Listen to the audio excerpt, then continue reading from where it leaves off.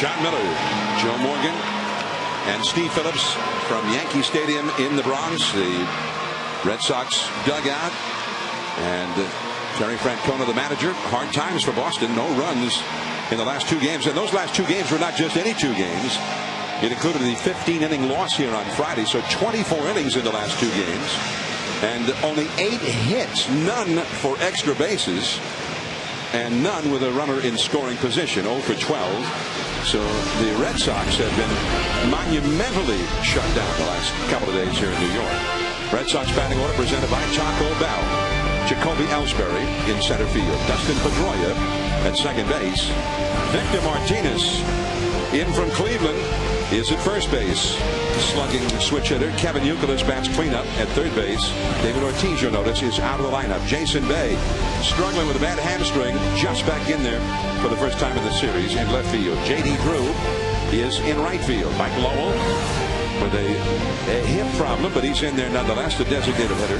Jason Varitek, the catcher, and Nick Green is at shortstop, batting ninth. And Jed Lowry, the young shortstop who was supposed to be the starting shortstop this year, and he is back down with another injury.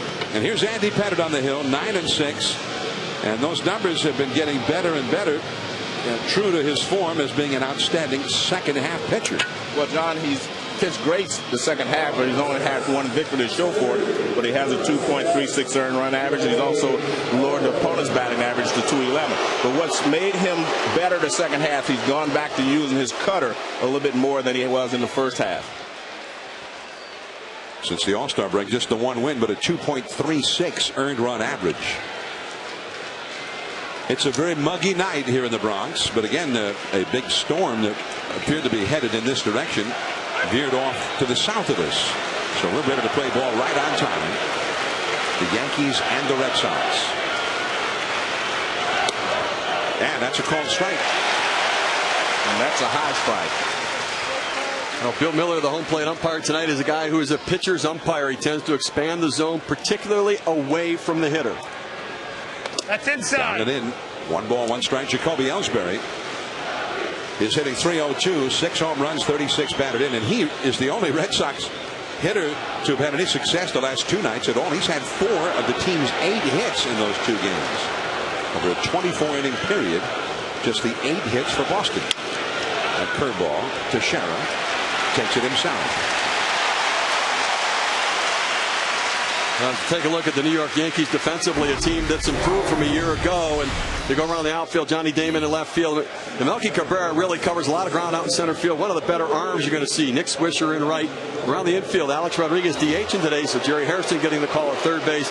Derek Jeter and his 3 Gold Gloves at short. Robinson Cano at second base. And Mark Teixeira, the guy who's changed the infield defense here at first. And Jorge Posada, who's throwing like the Jorge Posada of the past behind the plate. Dustin Pedroia. And the curveball in there for a called strike. Pedroia got a pitch over his head, then got hit with a pitch in that blowout loss here on Thursday, which prompted a lot of discussion. And then Alex Rodriguez got hit twice yesterday, although the first one was a curveball. Fastball, a little too tight from Pettitte. A ball and a strike now. Well, the interesting thing on Thursday when Pedroia got hit, it wasn't 2 pitches in a row. That first ball went over his head, and then the count went to 2-2, and then he got hit. So it wasn't, in my opinion, as if they were throwing at him. And that is inside. Well, this is Thursday night, the incident with Pedroia. All right, now watch this next pitch, though, John. He dives into the plate, and he doesn't have a way of getting out. See, he just dives in. There's no way he can move out of the way. And a lot of hitters are like that now. They're going into the plate, and there's no way they can get out of the way. Right on the outside corner from Pettitte after working everything to the inside in the at bat, and it's 2 balls and 2 strikes. And Steve, when you were talking about the defense, I have to tell you the most improved player out there is Robinson Cano. He is now one of the better second basemen defensively in the American League. In right field, Swisher. 2 down. I mean, he has such a great, quick arm. I mean, that's what's so important for me. He's only made 3 errors this year, 4 this year at second base. second fewest in the American League. And by contrast, Pedroia has 6 errors. Polanco, of course, set a major league record for errorless games by a second baseman, so he's in good company there. I was going to say, but Polanco has 2 errors already? Yeah, what's he doing? You got to bear down a little bit. But I think you'll see the difference in the way that Cano plays with confidence now. Victor Martinez and a curveball in there for a strike. Victor Martinez, a big pickup for the Red Sox, who felt like they needed to bolster their offense a little bit. And with the events of the last 2 days in particular, you can certainly see why. Even with Martinez, they've been shut down. 3 for 10 lifetime against Andy Pettit. And he crowds him with that fastball off the inside. The Martinez pickup is a huge pickup. They're struggling to score runs offensively, but what it really is, it's the counter to the free agent signing of Mark Teixeira from the New York Yankees this past offseason. Red Sox were in on it, got outbid by the Yankees. And he crowds him again with that cut fastball. 1 ball and 2 strikes. And Victor Martinez, a guy who really, I think, as a switch hitter, is that offensive complement to Teixeira. The big difference is the defense. Now, the one thing he does, where he doesn't defend the same as Teixeira, he does give versatility to the Terry Francona and to Theo Epstein as they start to plan this season and move forward next year. Yeah, he can play first base. I mean, he can do a lot of different things, but he's mostly a good hitter. A genuine, proven big league run producer, Victor Martinez. His last full season, the year before last, the year that Cleveland was just 1 win away from going to the World Series and then could not win that 4th game in that best of 7 with Boston in the League Championship Series, he drove in 114 runs. He hits 300, he drives in runs, he hits for power, and he hits well from either side of the plate. And they say he's a great leader in the clubhouse, John.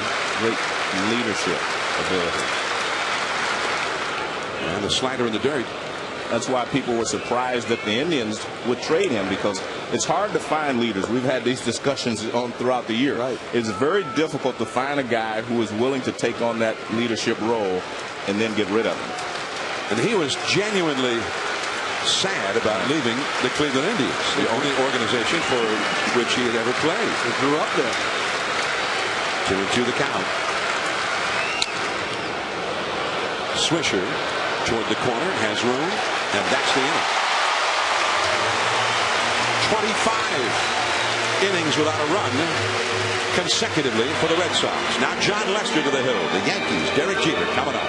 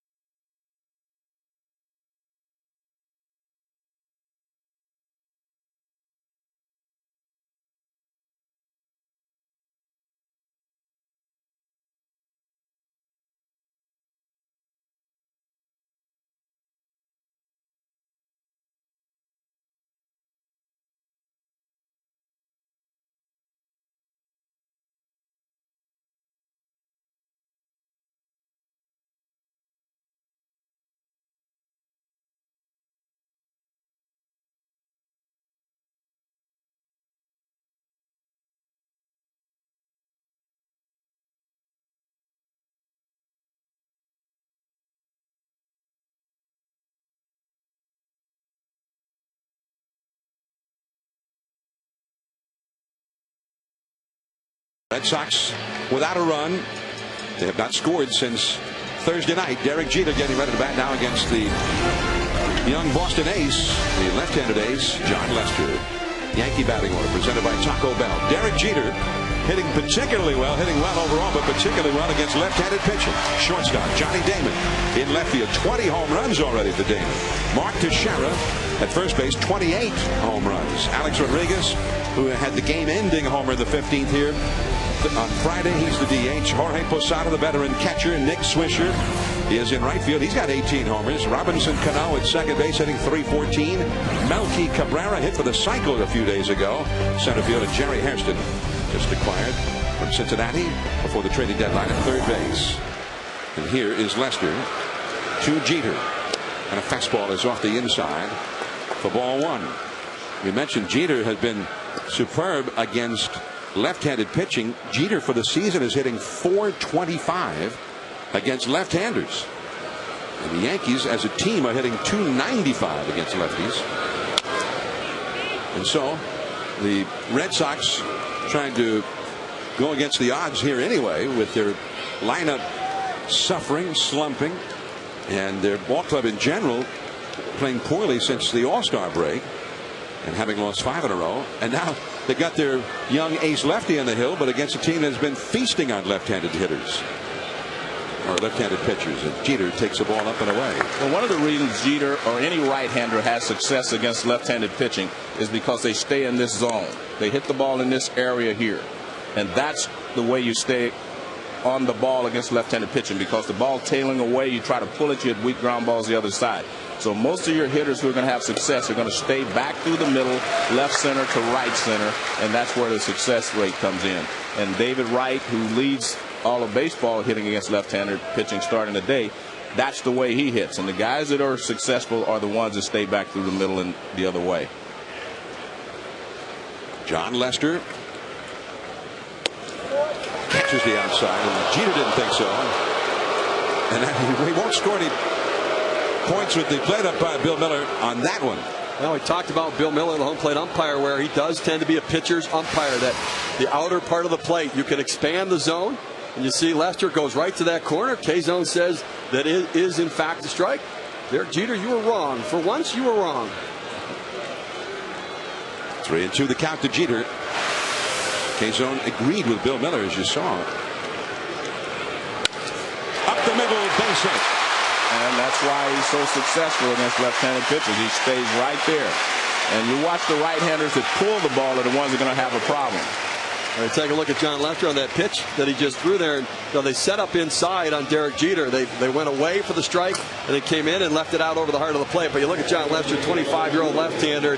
You look at the strikeouts. He's getting a lot of strikeouts this year. That hard-riding fastball, he pounds right-handed hitters inside. And his success this year, but it's really been a tale of 2 seasons. I think the big key is you look at the opponent's batting average, that .207. We talk about the Yankees' numbers against left-handed pitching. Well, this isn't any left-handed pitcher. This guy, John Lester, could shut down some of the best right-handers in the game. Johnny Damon.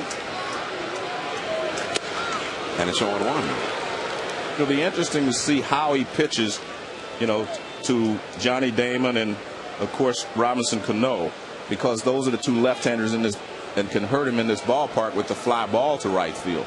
We'll see if he throws him a lot of change-ups or curveballs. You see, Damon has hurt Lester in the past. He's done well against him. On the inside corner. And I've said this a lot, John. I don't think left-handed pitchers throw enough curveballs to left-handed hitters to break their rhythm. They either try to pitch them inside hard or go away hard. I think if you can vary their rhythm by throwing a lot of curveballs, I think you can have more success against them. Okay, well, maybe, how about right now? Well, I would say so, but too late. I don't think Joe got the sign down there in time. Went back to the inside with the fastball. But he's got him set up right now for the curveball as well. He came in with that fastball there, and you see the splits for John Lester, and pretty even splits from both sides. You see those 13 home runs. He has not given up a home run in his last 8 starts. So we talk about Yankee Stadium, how the ball sails out of here, how some power from left-handed hitters. The Lester's been a guy that's been able to keep it in the ballpark. But does 6 home runs with left-handers and only 143 at-bats compared to a lot more for the right-handers. Lefties have hit him better than right-handers as a group. There's the curveball. That'll work. Although Derek Jeter has been moved up, a productive out for Johnny Damon. But you can see right there how off balance Damon was. No, that's what I'm talking about. Left-handers throwing left-handed hitters curveball. The change of speed. You can get them 2 ways. You can get them with the speed, or you can get them with the break of the ball. He gets him with the speed right there. That ball's pretty much in the middle of the plate, but See, he's out in front, tries to slow his bat down, and all he can do is slap at it with his bottom hand. He even takes his top hand off. That's why I think you should mix in more curveballs to left-handed hitters. So here is Mark Teixeira. Switch hitter, batting right-handed.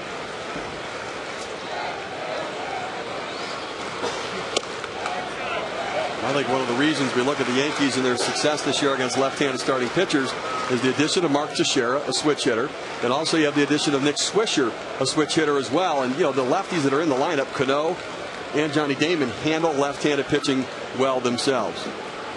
Teixeira has a home run in 9 previous at-bats against Lester. Jeter in scoring position, and the breaking ball in there for a called strike. Now, when you look at Teixeira, he has a very unusual stance and a very unusual swing compared to most of your good hitters. He stays on his backside. His weight's on his backside, and it stays there throughout the swing. Most good hitters shift their weight. He does not, but he's still a good hitter. He does it in a different way, but he stays on that.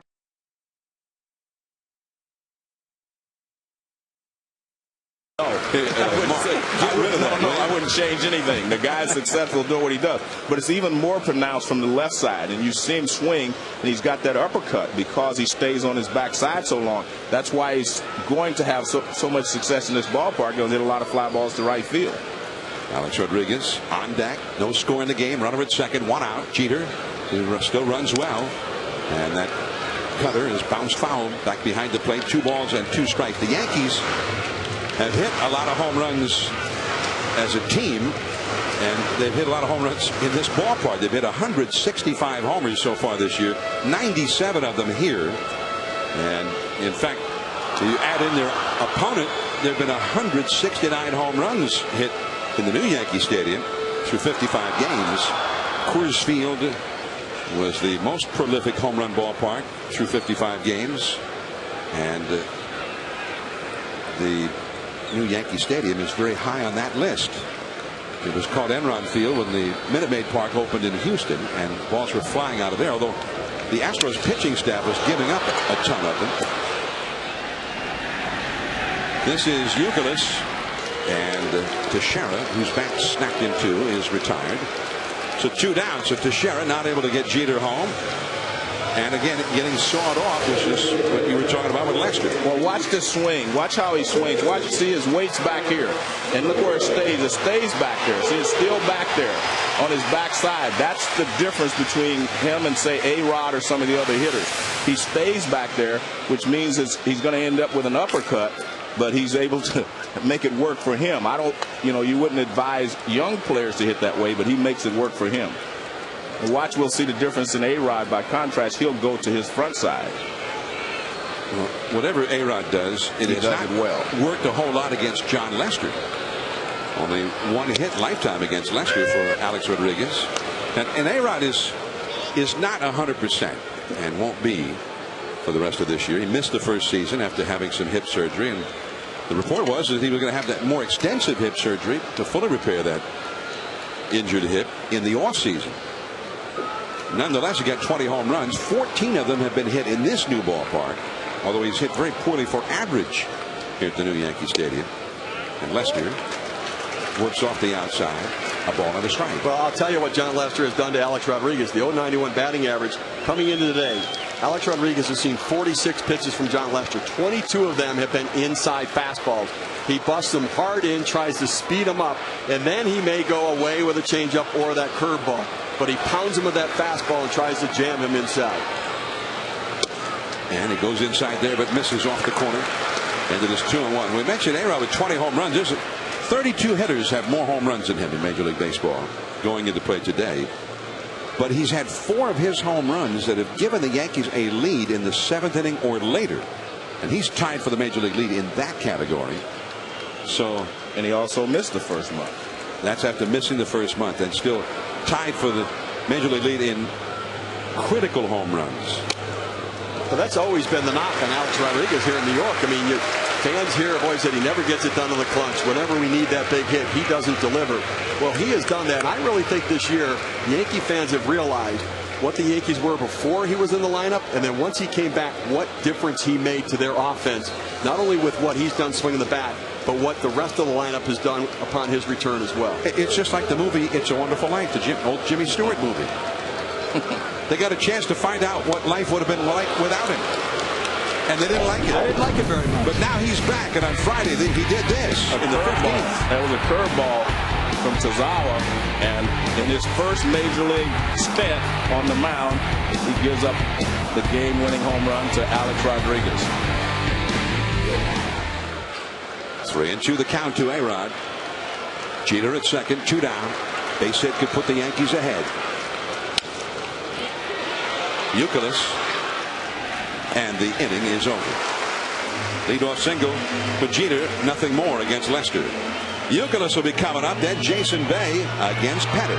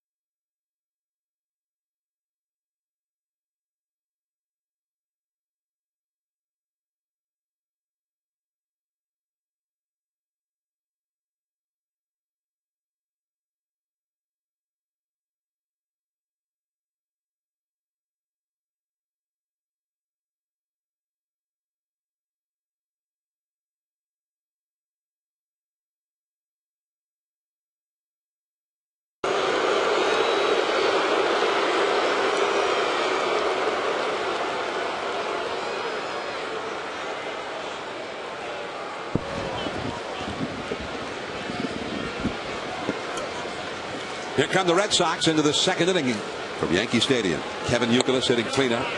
A ball off the outside. You might be saying, wait a minute, cleanup, where's Big Papi? Alex Rodriguez, or rather David Ortiz. Well, I'm getting my guy's name to be amongst the 104 who tested positive in 2003. Guys, I'm mixing and matching them. Tough to keep track, John.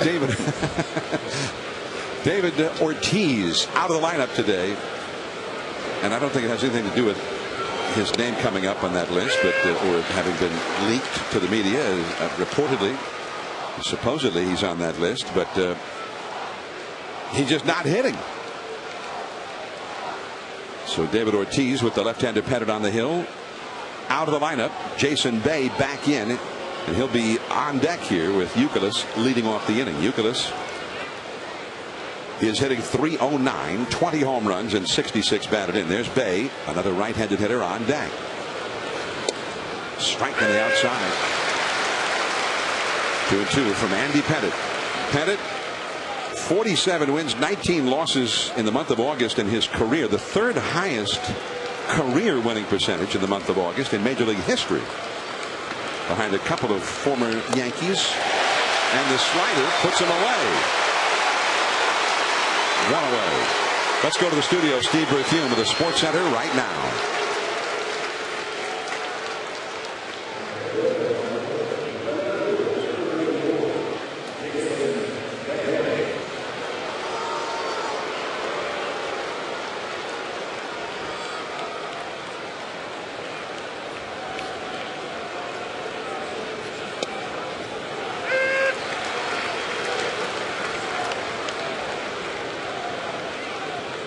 Okay, Steve, thank you. And a called strike to Jason Bay. A big curveball in there from Andy Pettitte. Bay has had some success, considerable success against Pettitte, and that was a called strike on the inside. Now, he hit a home run, a mammoth home run at Tropicana Field down in St. Petersburg on Wednesday, then sort of aggravated his hamstring injury and left that game, and this is his first game since then. Just off the outside. His home run on Wednesday went 432 feet. But it is not to say that he's been hitting those with regular, one right after the other. He had not hit a homer since July the 7th. So that's his only home run in a little bit more than a month's time. I asked him about his struggles, and I said, is there anything that when you're not going right? He said, it's just not seeing the ball. I'm not seeing the ball. It's not mechanical. It's my timing. I'm not picking the ball up early enough and making the right decision. Right field. Swisher in the corner. I'm watching. The ball doesn't seem to be carrying as well tonight as it would have us believe. This is my first time coming to Yankee Stadium this year, but the ball doesn't seem to be traveling as well. Maybe it's because of the air tonight, but it just doesn't seem to be traveling as well to right field. You can just about see the soup in the air that's out here. It's a very, very humid night. From what I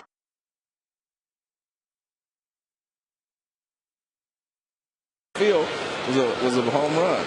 Well, at the moment, there really is no wind blowing inside Yankee Stadium at all. And in the early part of the season, when the ballpark first opened, there was a jet stream, reportedly, that seemed to be aimed right out toward right center field. And the ball was flying out, especially in that direction. J.D. Drew, 0-1 the count to him, and a ball too low. Now, Drew, the guy the Red Sox paid a lot of money to, but he's hitting only .244. He's getting a lot of walks as usual, but only 12 home runs, 43 batted in. And he's battling an assortment of injuries. They are missing his big-time production. I think they expect him, generally, based on his track record, to be hitting somewhere close to 300 and getting 25, 30 home runs and 100 walks. To be an offensive machine. That's a base hit to right field for Drew. When you look at the offensive struggles for the Red Sox, it's not any one player. I mean, they're obviously David Ortiz has struggled, but J.D. Drew's not giving them what they thought and expected. Jason Bay got off to a great start, has cooled off significantly. They're not getting anything out of the shortstop position this year, and putting an awful lot of pressure on the Kevin Youkilis's and Dustin Pedroia's of the world. Definitely, when you have to make up for the lack of offense in other positions, that's when guys start to press. That's when they start to try to do too much. Mike Lowell, 348 lifetime average against Andy Pettitte. Jason Bay, who hit the ball fairly well, but a line drive into the glove of Swisher for an out in this inning. And that cutter is low and in for ball one to Mike Lowell. So David Ortiz missing tonight from the lineup. And that is significant because he's not hitting, but lifetime, even though Pettitte's a lefty, he has a 370 lifetime average against Andy Pettitte. That's over a lot of at-bats.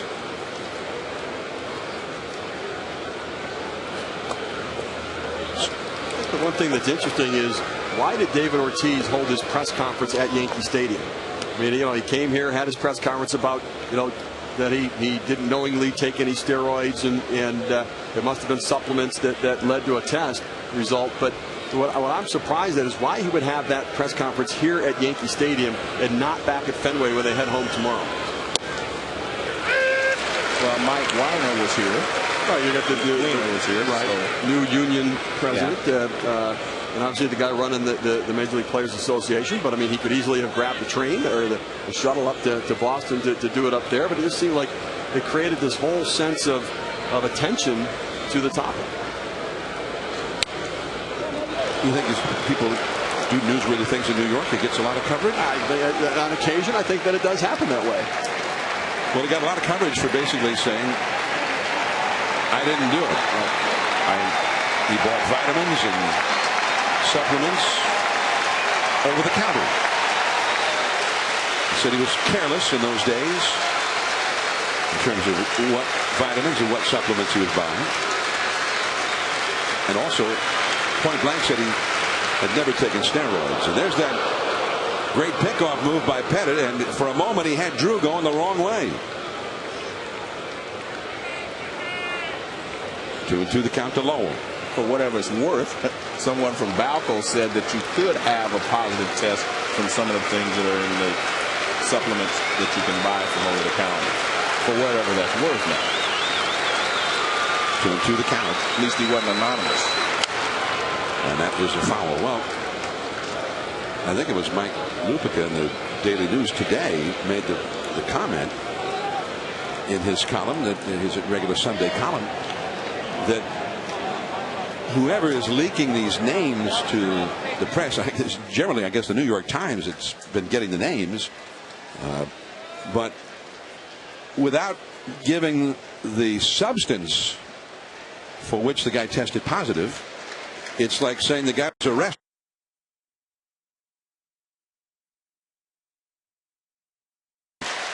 If they know the names, don't they know the substance as well? We need more substance in those illegal leaks. Well, you know what? I want to clarify something right now, though. We talked about this last week, and we quoted Mike Lupica, who's a friend of ours. But I do not, and I mean this, I do not suspect every player whose name I do not know whether he's on that list or not. I do not look at Derek Jeter and think, well, he took supplements because I don't know if his name was on that list. I don't do that with Ken Griffey Jr. I don't do that with Jason Varitek. I need something to make me suspicious before I'm suspicious of these guys. I didn't, for instance, suspect David Ortiz. Right. Or Manny Ramirez. But I still can't suspect all the guys simply because I don't know if their name is on the list. I can't look out there on this field tonight and know that these guys' names, I don't know if their name's on that list, and say, well, you know, I believe they might be guilty. I can't do that because I was a player once myself, and I know a lot of times things are created, you know, by newspaper people or by someone leaking names. I'm not even sure all the names that leaked were guilty, and that's basically what they were saying yesterday.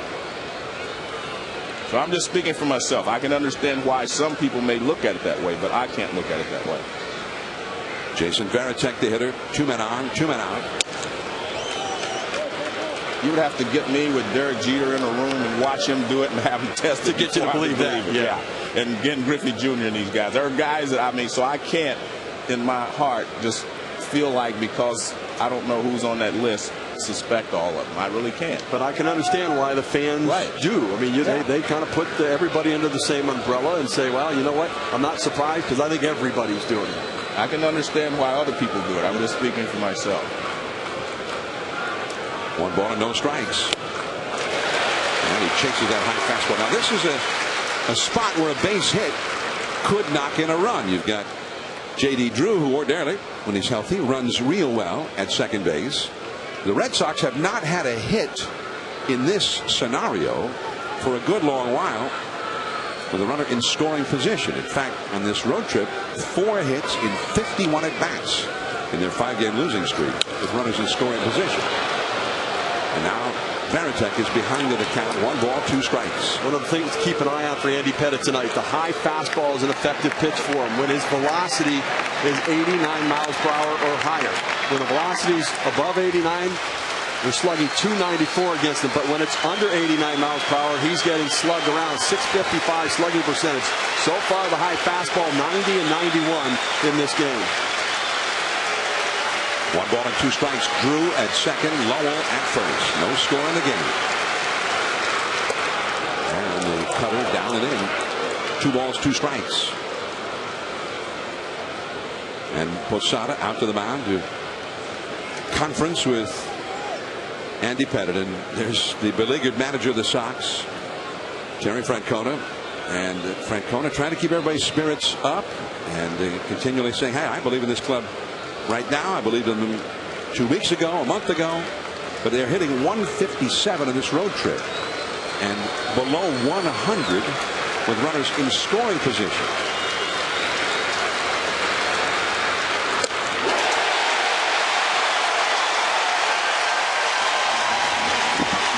The inning is over, and another at bat without a hit with a runner in scoring position. Posada coming up for the Yankees.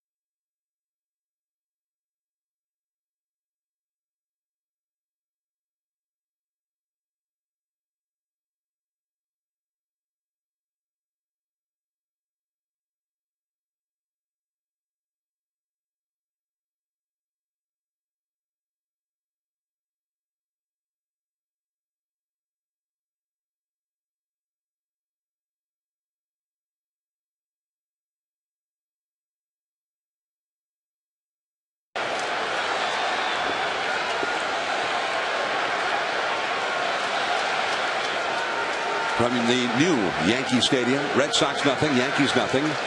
Yankee half of the second inning. Boston's left-handed 25-year-old John Lester on the hill. Jorge Posada leads off, then Nick Swisher and Robinson Cano to follow. And a changeup just off the outside. 1 ball and no strikes to Posada, who is hitting .281, 14 homers and 50 runs batted in. He's a switch hitter, batting right-handed.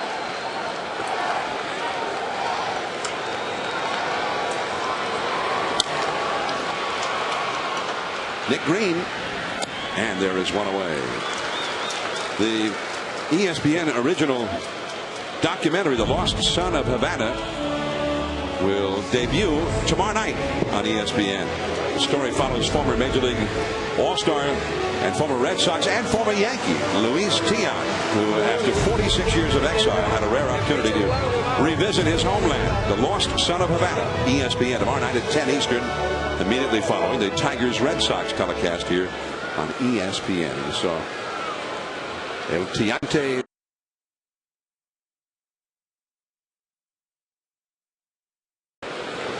And I saw before the game, and he said it was really hot that particular day. It was about 100 degrees in the hot corner in Havana. That's a place where, and you went down there, Joe. It was fabulous. A few years back when we did a ball game in Havana, and you went to the Esquina Caliente where they sit and talk about baseball, argue about baseball. And they argued with you about how good the old Cincinnati Reds were. Right there. Look at the numbers for Louis Tiant. I had a chance to preview that movie, and I tell you what, it is terrific. I mean, it is moving. Louis Tiant comes out such a sensitive guy. 46 years he had not been back in Cuba. Went back, saw family members, people where he grew up. It was terrific. Strike 3 to Swisher. So he is retired post haste by Lester. 2 down. And Robinson Cano will come up. By the way, Louis Tiant will stop by the booth, and we're hoping in the next inning when the Red Sox come up to be visiting with Louis Tiant. And Tiant was part of that great World Series, one of the all-time most exciting World Series ever played, 1975. He was the ace right-hander for the Red Sox against your Cincinnati Reds, Joe. And the Reds ended up winning that series in 7 games. But Tiant got a couple of wins, and one he just shut the big red machine down. And then the other, he struggled. He threw a million pitches and somehow just would not yield and managed to stay all the way into the end and win that ball game. Yeah, Game 4. He got me out for the last out of the game. He popped you up. Trust me, it's in the movie. Oh man. Yeah, it's in there. It's in there. I wasn't going to bring it up, but now that you did, it is in there. Fastball right down the middle, and I popped it up. And what was it? 173rd pitch. Yeah, a lot of pitches. Now they're saying they went back, they checked it. They got the official total. 162 right. pitches. Yeah. Whatever. He was tired. I'll tell you that. And he just laid one in there, and I popped it up. 1 ball and 1 strike to count to Cano. And a foul up the left field line against John Lester. The 75 World Series. Louis Tiant pitched game 1 at Fenway, a shutout, 5 hits. I got 2 hits that day, though. And then game 4, that's where they didn't show that. They didn't show that. See, right. He only gave up 5. I got 2. They didn't show that one, right? Okay. And then in game 6, he came back because they had those rainouts. So there were several days between games 5 and 6, and he went 7 innings, 6 runs, 11 hits allowed in game 6. And it really was later in that game, toward the 7th, that you guys really started to hit him hard. That was the game where Bernie Carbo eventually homered to tie the game, and then Carlton Fisk launched one to end it. But this is Joe Morgan. Look at that. Final out of game 4. Pitch. Right down the middle. See, now that's just not right, Joe. No. I told him not to show that. Right down the middle. That's all right. We won in the end. Yes, so, you did. Right down the middle. I think not only did your club win, but you also came up with a clutch hit in the 9th inning of game 7. Yeah. 2-2 the count.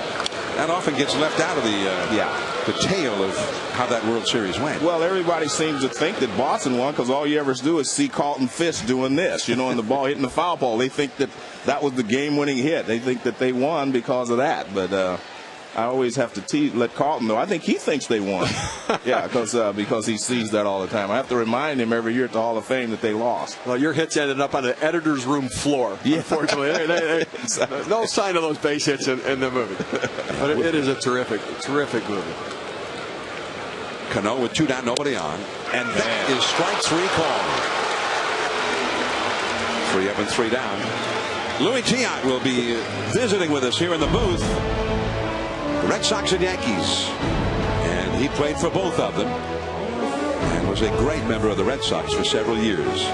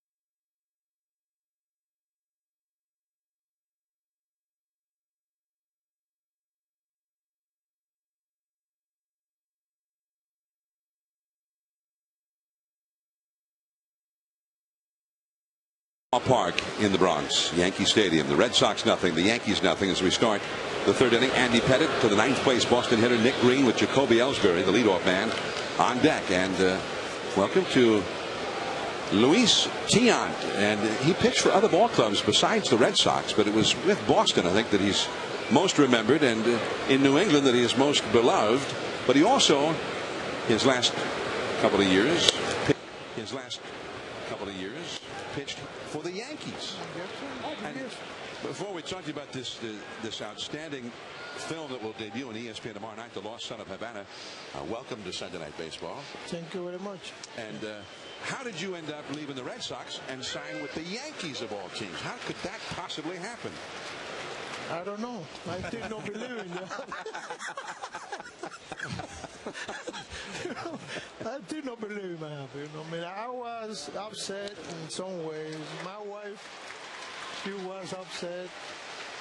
But, it's a strange thing that when that happened, because like you just said, people in Boston, they show me respect, they show me love, appreciation for what I do all the year, and you quite get into that mood, that family type of thing, But they never seem to blame you for it. They seem to blame the Red Sox, Haywood Sullivan, or whoever the GM was at that time. They never, some fans, you know how it is, the rivalry between the Yankees and Boston, they're looking at you, what you do, what's the matter with you, when you go to the Yankees? Hey, I have to go with the club that want me. And that time, they don't want me. No, the fan, the club. Because I talked to them, when I come in here and talk to George. George told me, you call him back, or go back to Boston, and see what they're going to do to you. Or what kind of contract they're going to give you, because I don't want to tell you how much money I'm going to give you, how many years I'm going to give you. I don't want to start in that race. And I called him, I told my agent to call him and they say, no, we only give you 1 year, or whatever he go, good luck. That's what they said to Good me. luck. So then the Yankees say, well, George said he'll give you 2 years? I stay. I call my wife. I tell her, look, this is what happened. And then she say, oh, you do what you have to do. And I stay and sign. All right, so you signed. And to me, it was sad day for me, no because I signed with the Yankees, because I come into a big organization, everything, but my heart was in Boston, Massachusetts, with the team, with the fans.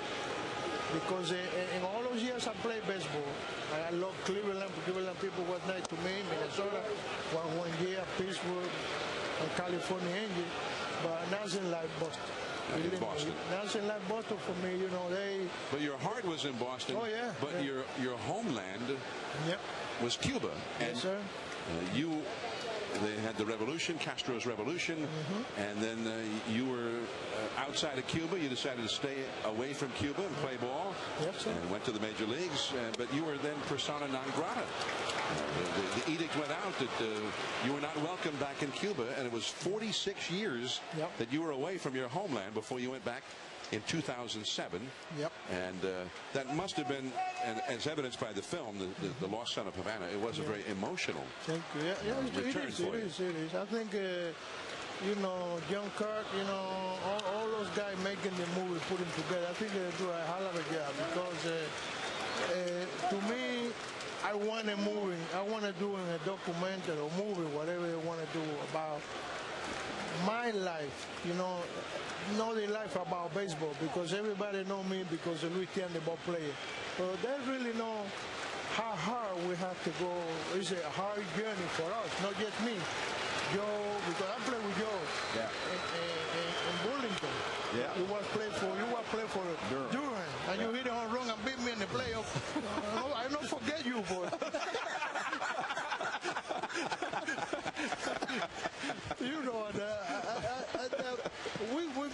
We go through a lot of hard stuff. People that don't know what they take to be a ball player and get what we are now. But that's what I want to show the people.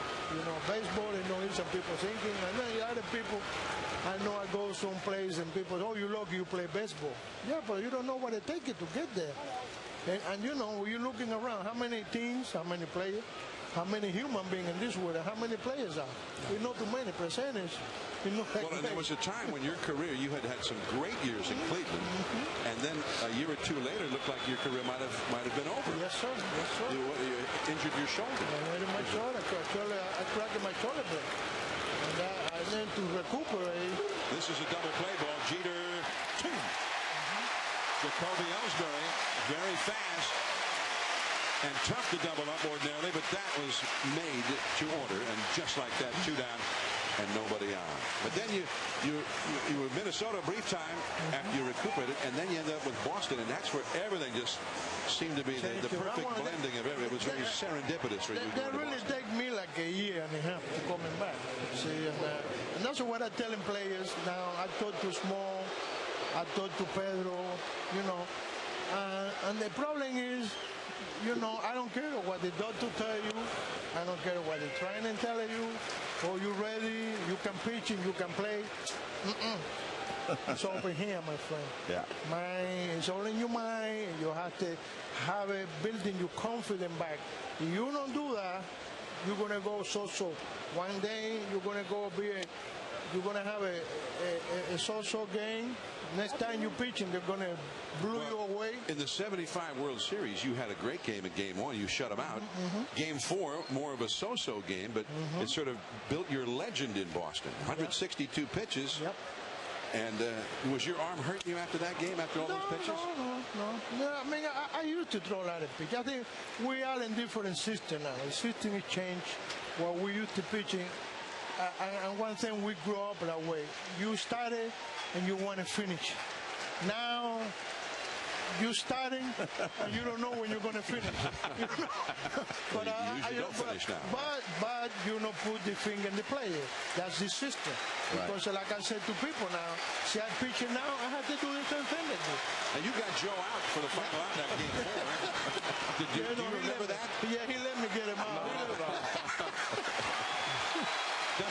flies out. Louis Tiant is here with us. You know, why did you decide to go back to Cuba at this time? I know you wanted to make the documentary, but why haven't you been back before? Well, because they deny. I tried twice in the government here and the government there. Right. Not just there, here too. And then they said, no, I can't go. And the thing was, my biggest problem, my biggest fear in my head was, too many guys, I grew up with them in Cuba. Too many guys I played baseball with them. And too many Cubans, like Zelia Cruz, you remember Zelia Cruz, his husband, a lot of other people we named, they're making a big name all over the world. And they never can come back. They die here, they die whatever, they die, never can come back to their own land. And I think to me, that's a disgrace for the human rights. I think that's a bad thing for the human rights. I don't think we should suffer that much. I think you should get the opportunity to come back to your country, come back and see your people. And I don't care what happened. And I'm not talking only about Cuba, because a lot of other people from other countries, they never can come back to the country because of the revolution, the killing, and they do all kind of things. I think it's sad because, one thing I know, when you grow up, like a lot of those kids, they want to know where their grandparents from, and someday in their life, they want to visit the country. Right. Now your country, where you're born, and then you go out for 46 years, and you can't come back. That's sad. And to me, I was lucky in some way. They let my father and mother come in 75. Right. You remember it was there. Let me ask you about that, Luis. I think one of the most moving parts of this film is the relationship with your father. Family was certainly a big part for you when you went back over there. How would you describe the impact your father had, who was a terrific pitcher himself in the Negro Leagues, the impact he had on you and your career? Well, I think what happened to me, one of the things, he wanted me to play baseball. He wanted me to go to school. When you're a kid, and you deal with that, your father, you want to be something like him. And they say, no, I want to. And thank you, my papa, thank you, I wanted you to go to school. Even that, he sent me to American in Cuba. And you can understand it. When you're a kid, you want to play, he wants to play, why not? And then the reason I play baseball because of my mother. My mother, when they select me to go to Mexico in the juvenile Olympic, they said, no, you don't go. My mother said, no, you have to let it go. That's why he wanted to let it go. And they let me go. Then after that, the players and the friends, they used to know my father. They used to tell him, hey, you better go see your kid because he's good. And then he started coming and see me. But in the beginning, he really don't wanted me to do. And, and the thing is, when I come back here, and then I see what's going on, when I come back in the 60s, 62, that's where I played with him in 63, against him. Now, your dad was a pitcher. Yeah. Now, you had a very unique wind-up, your style of pitching. Did he teach you that? Where did this? No. That was your dad, Louis Tiant Sr. I heard pitched in the old Negro Leagues. Yeah, I heard he got a funny movie too. Funny movie, but not like me. Not like me. He never teach me. So he had a good pickoff move. Yeah. And I know he's a guy. I remember he used to tell me, and some of the friends that used to play with him in the winter ball, they've been coming my coaches. They used to tell me one guy, he can hit my father for nothing. Then that day, my father threw to first base and the guy swing. he walked out the home plate, and the umpire and the catcher laughing at him. Why you guys laughing? He said, he threw to first base. Are you kidding me? Of all the things, when you went back there, what's the most memorable thing that happened to you when you were back there? Well, the ideas, the same you see, you don't really fit together with what you're thinking. You know what I mean? Because after 46 years, everything's going to change. You know that. I know that because my friend in Florida told me, when you get there, you're going to be a surprise. Know your family for what you see. And it really was the truth, what you said to me. You know, I think, you know, when I get in the plane and we landing, when I see the line and landing, you know, everything coming to your head. You know, then what my fear was, when I get there, I don't know what's going to happen. I don't know if the government going to say you can come in here, or we're going to hold you here, or you can get out. You know, I don't know. You know, and then you start thinking, you start getting nervous. And I can think you can see in the movie, you know, because they're taking part of in the movie, the part of there. You know, you see the face, and then I check in my head, and that's I was thinking about it. What's going to happen? What's going to happen when I get there? But you know, thank you God, nothing happened, and everything was okay. And then when you see your family, you know, that's hard. And you saw people, cousins and aunts and uncles you hadn't seen in 46 years. No, five. I was having five aunts. Now 2 died after I come back. After coming back here, 2 died, and then I got about 170 cousins. That's a lot of people. But you know, it's a good thing for me. Jeter along the right field line, and that ball is just back into the crowd with a runner at first and 1 out here in the third. No score. Louis Tiant is here with us. Now, Louis, but I want to get back to this. You had the visit to Cuba and everything. But one more time, I want to see the Tiant delivery. We have some video of the 75 World Series because it was a thing of beauty. Here we go. Look at this. The spin, you turn your back on home plate, you look up in the sky, and who's that? A swing and a miss by Joe Morgan. That's my boy here. Hey, you know what? I tell you one thing, I got my respect for him. He was a great player. But where'd that delivery? You know what? That really satisfied me more than anything. Yeah, you know what's a big man, and like a lot of people, you have to be big, you have to be good. That's a lie. He was more and he was good. He good than anybody else, I tell you. And I give you credit because he was a great hitter, a great player, and a great hustler. And he played hard every day. You know, and that's what you see when the guy want to make it. And I tell you, yes, I see him in the World Series, but I said to you before, we play against a minor league in 1963. And he played for Durham. I played for Burlington, North Carolina. And like I say, he hit it home run and beat me in the playoffs. Yeah, we don't have a video. Sorry. Well, I think I get even this time. You know, he made the minor league. I get him on the World Series. You know what I mean? And you got him out again 35 years later. So. Yeah. Sunday Night Baseball. That's the thing that happened. You know, but I have a lot of respect for him. Believe me. You know, one of the things I always remember when I first got to Boston, and I have to tell you, I was so excited just to see you pitch because there's certain guys that have that charisma on the mound and everything. It was said when you're on the mound, I don't care where you are in Fenway Park, at some point during that game, you will make eye contact with you. I think that's the greatest slogan, anybody ever wrote about a player. You know, I mean, that's a great statement because you were doing this and doing this with your head and you're making eye contact with somebody. So I think it was great. I love watching you pitch, I mean, that was great. And you have this, look at this record. I mean, that's a fabulous record. People, they talking about 300 wins now, but that's very few people get 300 wins. That's 229 and 172. Look at that. I mean, that winning percentage is very good. So, obviously, you had a great career as well, and you got me out, too. So, whatever. That's on top of it. We saw your delivery there. Why did you decide to go with a delivery as unique and unconventional as that?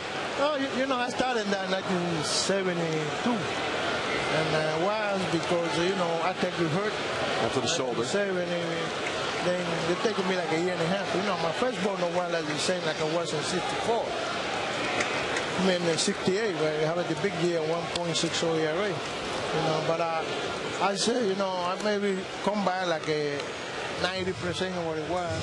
And, my first ball, no what they don't get to get it up like I have it before. But, he hit you here and there. And then that day, 1972, I pitched against Cleveland. And I beat Cleveland 3-1. And then I got the guy in 2 strikes. and I look in the center field, I looking around, I pray to God, please let me get this guy out, you know, and then I come in the side out, and the guy opened the eye, but that big around, then he go, a ball right in the middle of the play. I tried three, and then he go and ask, what is do? What is that? What do? I said, that's a new pitch. Are you kidding me? and then from that point on, you know, I thought, you know, then master that, you know, get the same point release coming from here and there. And I did it. And I win 172 games after that. It worked for me. Yeah, it worked. You know, it did work. And that's a different, you know, I think I was one of the persons, like a lot of other persons do. I try different things. I don't care, you know, I listen, I watch it, and I, you know, take things for people. When people telling you this and that, you don't have to do everything. You don't have to do everything people tell you, because I think they're missing you out too. You know? But you can see people conversation, people telling you something about this and that. Then you picking what you think you can put in your schedule. If it's going to happen, you see. And that's what I used to do. And I'm not afraid to making any change. You know. And what are you doing now? What do you do now? What are you doing? I do everything and I don't do nothing. Well, you're in the movies now. Yeah, you know. He's a movie star, and he's in the Lost Son of Havana. Telecast tomorrow night at 10 o'clock on ESPN and ESPN HD. He is the one and only Luis Tiant. El Tiante. Thank you. And thank you, man. No, but I always remember, are your Red Sox going to be okay? Yeah. Like I want to say, like I used to say, I still work for the Red Sox. Oh, okay. You know, I do PR. All right. Luis Tiant works for the Red Sox. Yeah. Many thanks. Tomorrow night, check it out. Cash for clunkers is available at your Chevy dealer, but funds are going fast. So hurry, let us recycle your older vehicle, and you could qualify for an additional $3,500 or $4,500 cash back on a new fuel-efficient Chevy. Your Chevy dealer has more eligible models to choose from, more than Ford, Toyota, or Honda. Now get an 09 Silverado for under $18,300 after all offers, and get it for even less if you qualify for the Cash for Clunkers program. Go to Chevy.com for details.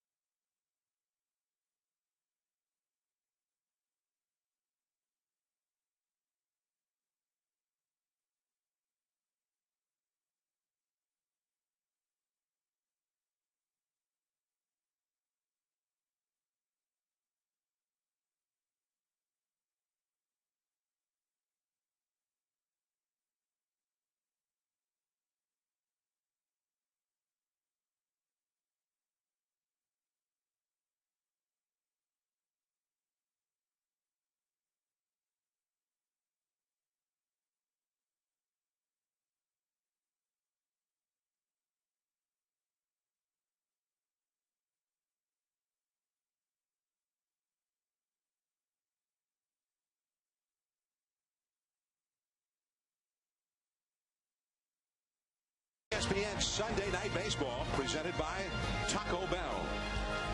This is the home of the Yankees, the brand new Yankee Stadium in the Bronx, and the Yankees and Red Sox playing Game 4 of the series. The three previous games, all wins for the Yankees, who would lead the division by 5.5 at the moment over the second-place Sox. So the Red Sox struggling big time, and here is Victor Martinez to lead off the third-place hitter, Kevin Youkilis, Jason Bay. The power coming up here against Andy Pettitte of the Yankees. The Red Sox scoreless through 3 in this game and through 27 innings now, dating back to the last time they scored a run, which was Thursday.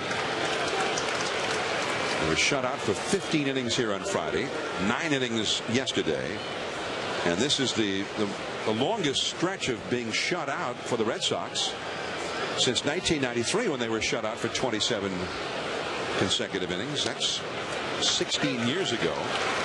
The longest stretch against the Yankees was a 33-inning stretch of being shut out. That was in 1952. And they were not a good ball club then. That's, we call Ted Williams went back into the military during the Korean War, and they weren't doing that well even with Ted at that time. So this is a dry spell for the Red Sox like no other that they have experienced in a long time. And to have it happening against the Yankees, that makes it that much worse. And there's A.J. Burnett on the left. He was the man who faced Josh Beckett here, two former teammates from Florida. And they shut out each other. And the game went to the bullpens. And finally in the 15th, a Yankee win. And CC Sabathia on the right. And he was overpowering yesterday. Kind of no-hitter through 5. And Jacoby Ellsbury got the base hit to break up the no-hitter yesterday. Well, there are certain pitchers that can put you in a slump. Yeah. And A.J. Burnett, when he's on, and CC Sabathia, when he's on, they're the kind of guys that can put you in a slump. And so the Red Sox, you know, I think part of this isn't just bad Red Sox hitting. This is good Yankee pitching, and I think you got to tip your cap a little bit to those two. That is just foul. And that's why I was saying at the beginning, this is a good Yankee team because they can beat you in so many ways. 13-6 on Thursday, 15 innings of shutout on Friday, and they continued to shut out yesterday with a lot of pressure offensively on Boston, and they were able to win 5-0. And now they're pitching well again today. So, I mean, this team can win in a lot of different ways. And you got guys like Teixeira and A-Rod can hit the ball out of the ballpark. That's always the threat, especially in close games. The high fastball is punched foul by Martinez down the right field line. I talked to Dave Megan, the hitting coach for the Red Sox, a little bit about, you know, their slump and their struggle and what they're going to do to approach Andy Pettitte. He said one of the things we've noticed is Andy Pettitte is going a lot more off-speed pitches, and we've seen that tonight. A lot of cut fastballs, a lot of sliders, a lot of curveballs. Really staying away from the fastball. When he does throw the fastball, he's going up in the zone, that higher-than-high fastball, the tough one to catch up to. And that one in on the hands, right to Jeter. One away. You know, Andy Pettitte at 37 years old, well, when he broke into the major leagues, he was one kind of pitcher. He was a good high fastball, four-seam pitcher to 1996. That's a good, hard, high fastball that we're seeing a little bit tonight, but he threw harder back then. And then he had the curveball that he threw off of that pitch. He had that big 12-6 break on that curveball, the big breaker. That's what he was when he broke into the major leagues. The hard, high fastball, and out of that same plate, he came with a curveball. But now we've seen an evolution of Andy Pettitte. Like a lot of pitchers, as time goes by, they have to kind of reinvent themselves a little bit when they lose some of the fastball. And we're seeing really some elements of that in this game tonight, where he's going a lot more secondary stuff and then pitching the fastball off of the breaking pitches. And he's won 187 of those 224 career victories for the Yankees. He had that sojourn in Houston with the Astros for a time. Off the fists and right to Teixeira, and Kevin Youkilis is now 0 for 2. You know, we talk about Andy Pettitte, what we're seeing tonight. Well, you know, he's really evolved. They're like a lot of veteran pitchers who continue to have success. And, you know, that cut fastball, he gives you different velocities. And we saw the fastballs at 90 miles per hour. There's the cut fastball, 86, 85 miles per hour. And then the big sweeping slider. He throws that a lot to the left-handers. That hard slider down to the dirt. You look at the location of that pitch, starting it at the knees and breaking it down in the zone, trusting Jorge Posada behind the plate to keep it in front. He's allowed 2 hits so far tonight, 1 walk. And he's had a couple of strikeouts. No score in the game. The Red Sox only one time got a runner into scoring position against him, and that only occurred after 2 were down in the second inning. And he struck out Jason Varitek to strand 2 runners on base. Jason Bay lined out to right his first time, and off the outside. 1 ball, 1 strike. The Yankees, for their part, have not done anything against John Lester. They've had 2 singles, and nobody's gotten past first base against Lester. Joe Girardi, Yankee manager. And Joe Girardi this year has gone from where's A-Rod and where's our superstar to having a pitching staff that was in tatters. The bullpen was getting shelled, and now they're on top of the world. 2-2. Well, let's take a look at Andy Pettitte tonight. He's still using he's throwing curveballs. That's to Jacoby Ellsbury. Gets a slider away to Pedroia. Another slider away to Martinez. And a slider down and in to Youkilis. And he also struck Varitek out with the slider down in, or the cut fastball, whichever you want to call it. Big curveball, and called ball 3-2. Jason Bay, the Red Sox, anxious for him to get going again. His average down to 252 at game time. And a little looping liner over the middle off the end of the bat for a single. The third Boston hit.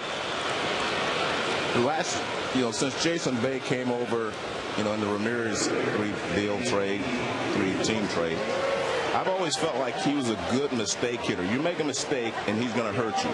But now he looks like he's struggling a little bit. But when you made a mistake before, you hit the ball out of the ballpark. That pitch there was up, and you didn't drive it. But he's normally a guy, if you make mistakes, he makes you pay for it. You make good pitches on him, you can get him out. Now J.D. Drew singled his first time. In the dirt. A good block by Jorge Posada right there. The breaking ball, man on first base. I mean, that ball gets by him or kicks away, and he doesn't keep it in front. You get a runner in scoring position with J.D. Drew at the plate. So outstanding effort by Posada on that. Now, ordinarily, this would be a spot with 2 down where you might think about Jason Bay stealing a bat. He has 11 steals this year, but he's got a hamstring problem that has put him on the shelf for several days. This is his first game back since Wednesday. But also, there's the matter of Andy Pettitte. Whether you've got a hamstring problem or not, it's difficult to steal a base with Andy Pettitte on the mound. That's true. I mean, he has one of the better moves in baseball.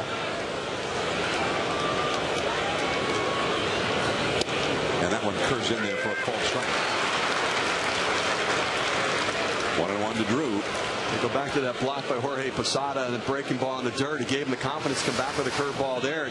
Listen, man on first base, 2 outs. You don't want a runner going to scoring position. Posada does a nice job shifting in front, and he turned his shoulder to be able to create an angle to keep the ball in front and not kick toward the third base dugout. And he crowds Drew there, but off the inside. And Drew is very patient, very particular about what pitches he'll swing at. So he's ahead of the count now, 2-1. Drew, another guy, they need his numbers to start heading upward. That is through the middle, base hit, his second hit of the night. And Bay will go to third. Melky Cabrera gets it back to second. Makes that block in the dirt even more important right now with a base hit from J.D. Drew, because he doesn't do that and Bay's on second base. That's a run for the Boston Red Sox.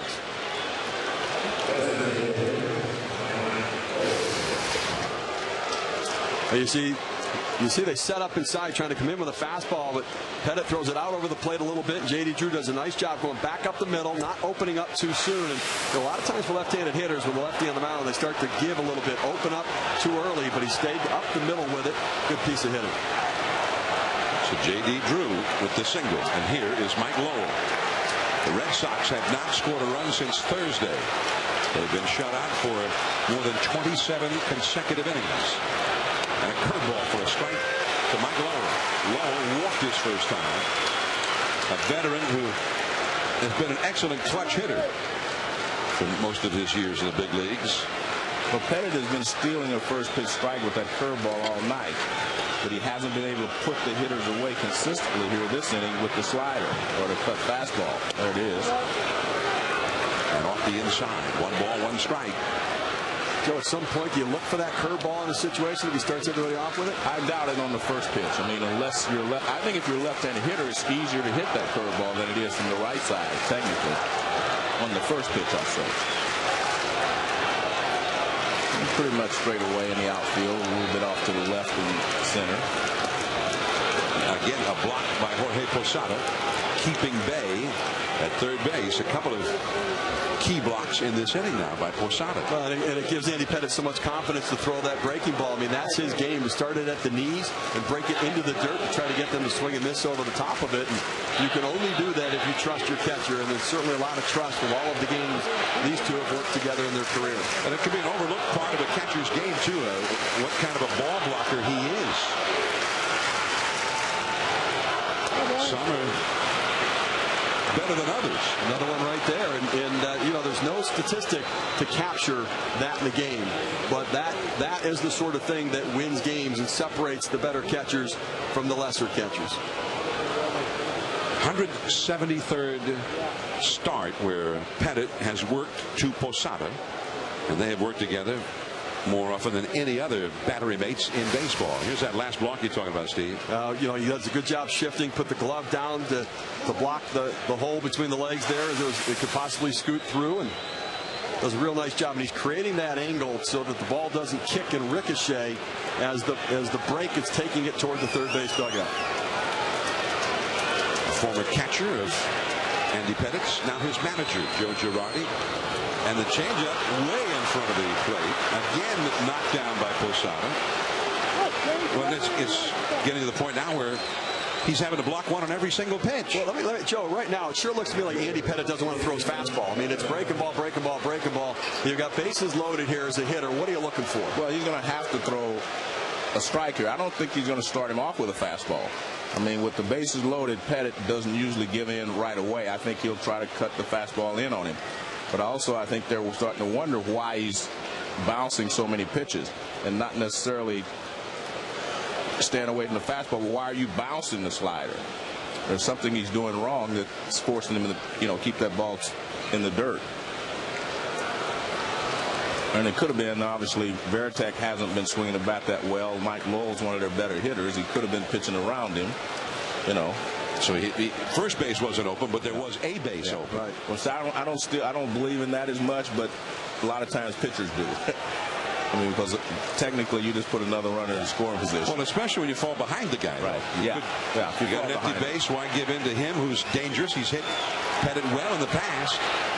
But here's Varitek, bases loaded. He struck out his first time, and that is too high. So he's not going to give in until he has to. I don't think he's going to even give in this at bat to Varitek. I think he's going to find a way to throw his cut fastball for a strike, or he's going to continue to try to. Now, Varitek, for much of his career, much more powerful hitter as a right-handed batter, and that includes this year. 6 homers and only 82 at-bats batting right-handed. That ball lined to left field, and a jump by Damon at the last.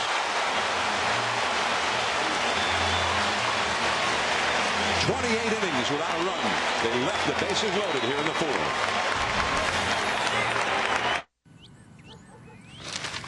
Think about it.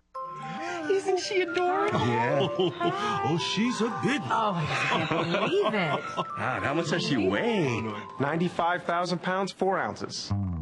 Wow. Congratulations. Is this your first? She's our 14th.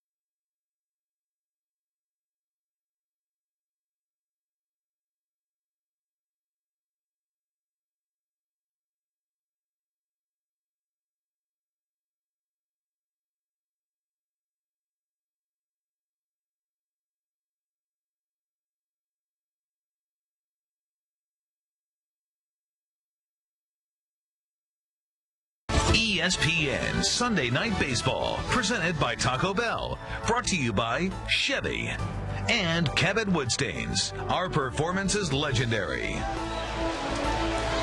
Sunday Night Baseball from Yankee Stadium in New York. That's the exterior of the new ballpark, which bears a striking similarity to the original outer exterior of Yankee Stadium when it was first built back in the 1920s. I think you should say the beautiful Yankee Stadium. It is a beautiful, beautiful ballpark. Very impressive as well. And it gives that feeling of both of its predecessors, especially in that the field dimensions are roughly the same as they were across the street at the second incarnation of Yankee Stadium. And they have the frieze or the facade that they used to have in the original Yankee Stadium, ringing the upper part of the ballpark. Teixeira with a single to right. Alex Rodriguez coming up. Here's Steve Berthiaume with the Sports Center right now. Thank you, John. Sunday's World Golf Championship final round turned on the 16th at Firestone. Tiger Woods knocked this 8-iron to within tap-in birdie range, while leader Patty Harrington triple bogeyed the hole.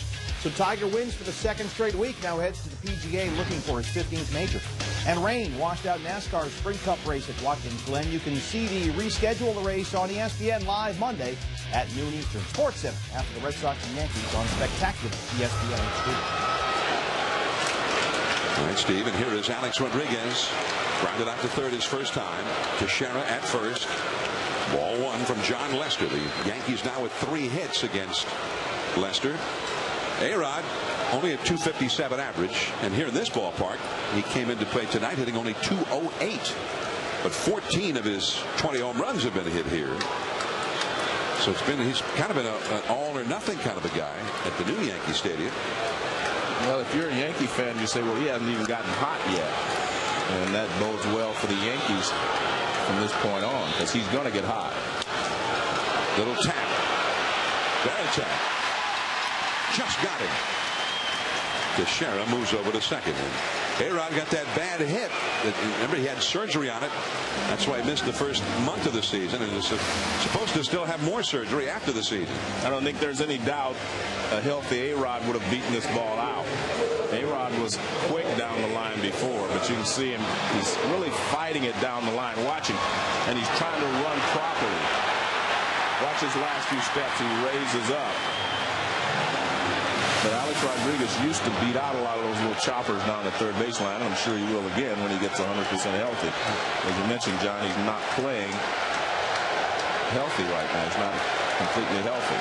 Well, he was a guy who used to be not just a home run hitter, but a guy who stole a lot of bases. Once a 40-40 man, 40 homers and 40 steals in the same season. So now Teixeira in scoring position. The second time in the game the Yankees have gotten a runner as far as second base. Jeter got there in the first. And here is Posada. A curveball, a strike from John Lester. A lot of similarities in the styles of pitching between Lester and Andy Pettitte.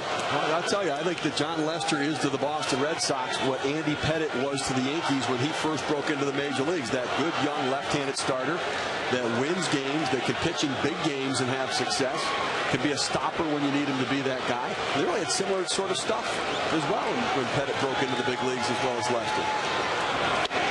The fastball is just off the outside. And also similar to Pettitte in that he's already proven himself to be a big game type pitcher. He won the clinching game when the Red Sox won the World Series in 2007 in Colorado. He was just a young pup at that time, 23 years old. It was last year that everything sort of came together. A fabulous season for Lester. Pitched a no-hitter. Lester's got it. The runner, Teixeira, goes to third. Lester gets the short out at first. His momentum was carrying him in that direction anyway. John Lester, we mentioned his no-hitter May 19th of last year against Kansas City. And he was overpowering in that game. And Jacoby Ellsbury helped him out. And so did Mike Lowell. And that ended it. He threw over 130 pitches in that no-hitter. And obviously it didn't seem to overly tax him because that last one was an exploding fastball at what, 96, 97 miles an hour. I think one of the things that we've seen with John Lester, he came back from the cancer and it took a little bit of time for that velocity to come back, but the Red Sox, John Farrell, the pitching coach, was committed to getting him back, and he knew that the velocity and his stuff would be there, and he has proven them right. Only Tim Lincecum of the Giants with a better winning percentage among the young pitchers. He's 36 and 15. Lincecum 37 and 13. In fact, as just a raw percentage, it's the second highest among all active pitchers. Nick Swisher struck out his first time, and there's a bit of ball blocking by Jason Varitek with a runner at third base. 2-0 the count to Swisher. When you're a catcher, your first job is to deal with the pitcher, help the pitcher by calling his pitches, help him work the game, and play defense. You know, we're always looking for catchers that can hit, and all that's great. But your first priority is to work with the pitcher and to play defense, and that's part of defense. And the cutter down and in. And it is 3-0. Varitek is known as a master of working with his pitchers, and he is the only catcher in the history of the game to catch 4 no-hitters in his career. And that's not coincidence either. I mean, really, because he knows how to work with the guys that, you know, he works with them to get the best out of their ability. And that's what a catcher's job is, first and foremost. You know, it's interesting, too. All 4 of those pitchers, very different guys. Nomo with the split.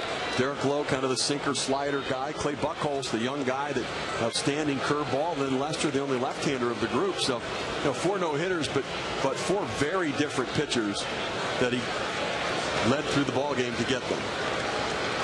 3-1 the count. And the curveball is in there. Strike 2 call.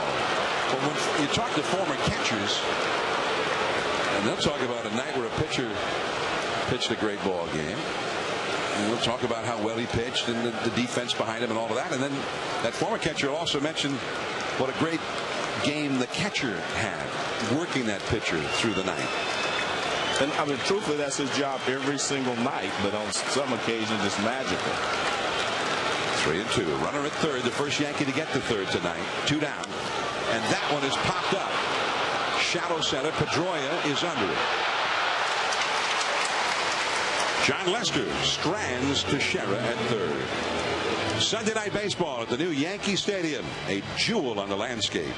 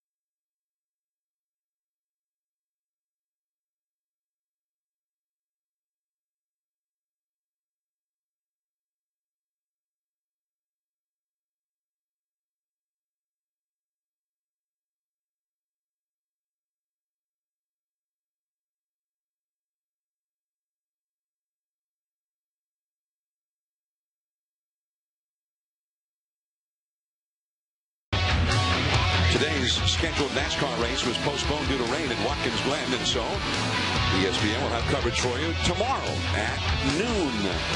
Defending race champion Kyle Busch looks to score another win and get back into the chase picture. The NASCAR Sprint Cup Series at Watkins Glen.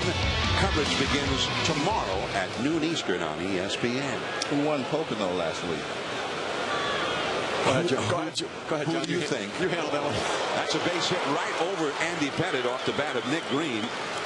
And Pettit hit the deck.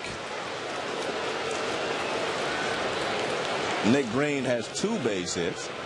And Andy Pettit was just trying to get out of the way. He wasn't trying to catch this one. Yeah, he was not trying to catch that one. Watch his action here. He's not trying to catch it. He's just trying to get out of the way, which is smart. I'm off. I get confused sometimes when they hit balls back through the middle. The guys try to have a kick save. They stick their leg out there, man. Never a good idea. Never a good idea. Now Jacoby Ellsbury. That's 5 hits for the Red Sox, who left the bases loaded in the 4th inning. Leadoff man Ellsbury bunted back toward the mound, and Pettit will go for him. Got to make a decision early with Ellsbury, because you hesitate, he just might end up beating it out. Well, the one thing he was trying to do, I thought there, was drag it or something, but he bunted it right back to Pettit. Because when you have the speed of Ellsbury, you do not just give yourself up. You know, you still try to get the guy over, but you don't just give yourself up. So he just should have been trying to drag that to first base anyway, but he dragged it right back to the pitcher. Because you don't give yourself up when you have that kind of speed. That is only the 11th sacrifice bunt this season for the Red Sox, and 2 of those were by John Lester in an interleague road game. So here is Dustin Pedroia, a runner in scoring position. So far tonight, Red Sox have only had 2 men come to the plate with a runner in scoring position. But until now, they had not gotten a runner that far until they were already 2 down in the inning. Well, Pedroia is a good guy to have up there with a runner in scoring position, because he will put the ball in play, and he's hitting .347 with runners in scoring position. So he will give you a good effort there, because he will put the ball in play.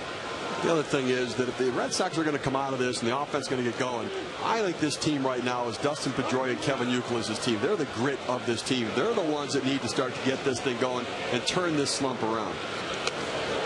I actually, but I think you're right in one respect, Steve. But these 2 guys, especially the Pedroia, they don't make you win or lose. He's kind of a support for what you already have. If they don't get someone like Big Papi or Jason Bay back, the big boppers, then even as good as Youkilis is and as good as Pedroia is, they can't carry this team by themselves. See, when I look at A-Rod, he can carry a team for a week. I look at Teixeira, they can carry a team for a week. I look at Big Papi, you know, the former Big Papi, we'll say. He could carry the team.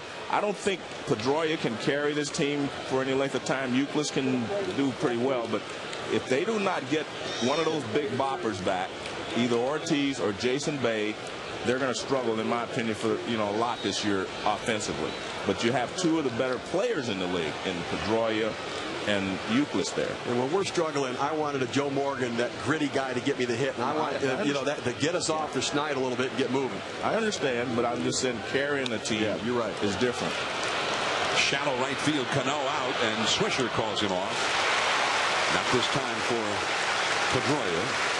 And not right now, not for a few days. But actually, for the Red Sox. If I'm trying to get out of a scoreless streak, I would have rather for him to be hitting with a runner second base. But see, if you don't have runners in scoring position, how do you get started? You have to have those big boppers. Yeah. You know, as I said earlier, the Yankees have won a lot of different ways this year. They played poorly in a couple of games where they didn't even have guys on base until the 6th inning. And guess what? Teixeira, A-Rod, they hit a big fly, get them started, and they'd go from there. So you need some of that in your lineup, and I just don't see it in this Boston lineup right now. Yeah. But at the same time, when you have those sluggers like Teixeira and A-Rod, or Albert Pujols and Holiday, whatever, they can pitch around you if the bases are always empty. But you put a couple of those guys ahead of them, get on base a lot, and it kind of forces their hand. At some point, they have to throw you a strike, and that's when you're at risk. I agree. I'm a big Pedroia fan, but I just don't think that he's the one that can carry this team. He can get on base, like you're saying, for those guys, and he can drive in the runs for you if you get him in scoring position. But see, when A-Rod steps in the batter's box, he's in scoring position. Teixeira, those kind of guys, they can carry you. And the curveball to Victor Martinez. 1 ball, 1 strike, runner at second. And Victor Martinez, this was why the Red Sox went so aggressively after him. A proven RBI man, an outstanding hitter, and really I think the plum acquisition before the trading deadline among teams looking for hitting. Right. The Phillies got Cliff Lee, a great acquisition. And the changeup way off the outside. If you look at Victor Martinez, I mean, Jason Bay had a great start. Remember, he's leading the league in RBIs and so forth. Victor Martinez has 73 RBIs. Jason Bay only has 75. So you see, he was doing well, you know, throughout the years also. So I'm just a big Victor Martinez fan as well. And anytime you can get a guy in the middle of that lineup that's a switch hitter, then you're doing something. That's why Teixeira is so important to the Yankees. And that's why when he was out there on the free agent market, Boston and all these teams coveted him because of that versatility in there. Like belatedly, the Red Sox went out and got their own version of Teixeira. Yeah. Well, we didn't get Teixeira, but finally in the stretch run, they went out and got a big bopper at the knees. And Victor Martinez looked a little disgusted with that call. I think he's thinking that's low, but you take a look at the Forte zone, and I'm not sure it was low. It looked like it was in with the knees. Well, let's look and see if we were correct. It looked pretty good. Yeah, it's not even at the knees. Not at the knees, no. He jumped at it a little bit, thinking outside, but that pitch was a strike. 2-2 the count, runner at second. And fouled. Came back with a fastball at 91 miles an hour. 2-2 to Victor Martinez, who has flied out to right, grounded out to short. A little bit ago, we had a graphic showing how Victor gotten off to a great start with Cleveland this year. But lately, his average had been falling. Well, you know, he's joined a list of Red Sox guys who were already slumping. But he got 4 or 5 hits the first week he was there. Didn't he? Yeah, sure did. Had a 5-hit game last Sunday. Yeah. That one is too low. 3-2. That's a very, very close pitch to take right there. It's obviously a good eye at the plate for Bill Miller with a tendency to take that one off the outside corner. You take a look at the K zone here. See where Posada sit up outside, and K zone says he got just the bottom corner. A lot of times hitters take pitches not because they think it's a ball, because they can't hit it. And a very defensive swing on that one, and the inning is over. Another man stranded for the Red Sox. Another inning of scoreless for the Red Sox. Only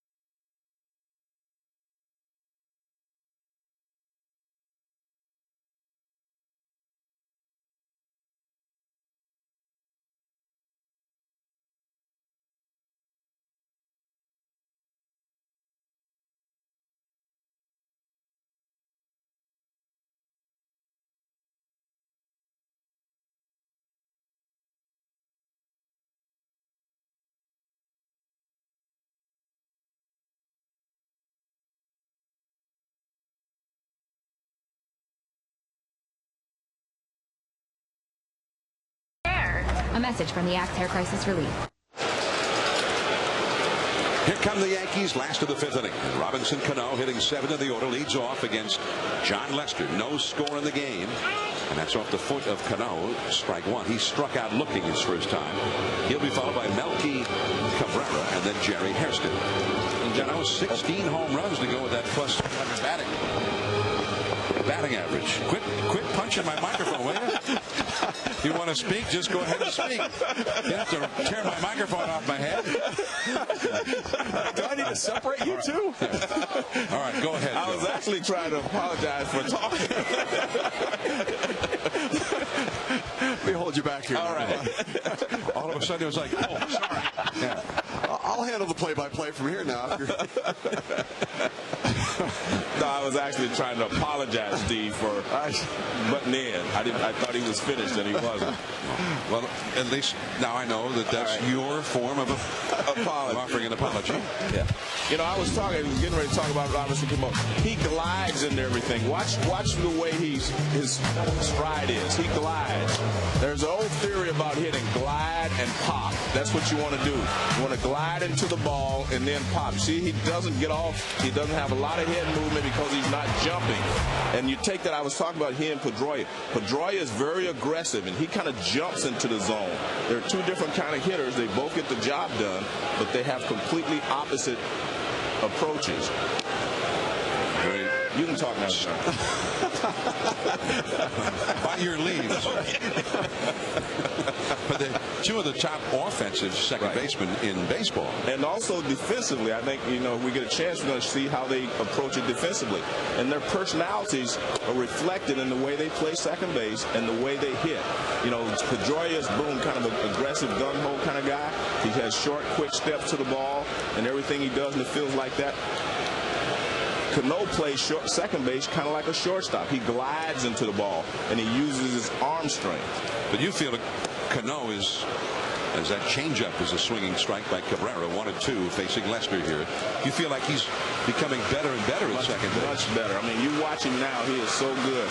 I mean, he turns the double play as well as anybody, and it's because of his arm strength and his quick release. I mean, he gets rid of the ball quickly, but it's always got something on it. He's become an excellent second baseman as far as I'm concerned. And I think as he continues to focus and get better, he'll continue to get better. Because his reputation was that he was not that good at second base, and then his offense wasn't that good last year. His star had really fallen here in the Bronx. But he's bounced back nicely this year, and he seems to be better than ever at second base defensively. On the inside corner, another strike three. Looking, that's 5 strikeouts now for Lester, and most of them have been on called third strikes. John Lester is doing a terrific job of moving the ball around in the zone, and during that at bat he locks up Melky Cabrera on the strike 3 with that fastball in, but it was the changeup on the 1-1 pitch that he got on the chase that set that up. You go soft away, you get the hitter thinking, well, I've got to get out there and cover, and then you end up locking him up with that inside fastball because he's looking away, and then he just can't react enough to be able to handle the speed of that fastball inside. It was just like the title of Tom Seaver's book, one of your fellow Hall of Famers, Joe. The Art of Pitching. Correct. So 4 2/3 shutout innings. Lester's held up his end against his slugging Yankees ball club, but the Red Sox have been without a run 29 consecutive innings. And the last time any Yankee team shut them out for that long a time was 1952. That ball is a foul into the seats down the left field line by Jerry Hairston, who singled his first time. The last time the Red Sox against any team went 29 consecutive innings without a run was 1983. 26 years ago, which was, by the way, another one of your fellow Hall of Famers, Carl Yastrzemski's final year as a You guys are everywhere. player. You guys, you're everywhere. David Ortiz not in the lineup tonight. He is slumping. And the ball in the dirt, a breaking ball. And Poppy at his press conference yesterday with the union chief, Weiner, and he made the comment that he has never taken steroids, never purchased steroids. It only took supplements and vitamins purchased over the counter. here and in the Dominican Republic, and did say that he was careless years ago and what he was purchasing and so on and so forth. So basically denying that, although he was identified as being on the list of 104 players who tested positive for performance-enhancing drugs in 2003, denied that he ever took a steroid. And whoever it was that leaked those names never actually also leaked what they were tested positive for. Hairston grounds out. We're going to the 6th inning from Yankee Stadium. The Red Sox are coming up. Youkilis, Bay, and Drew. No score.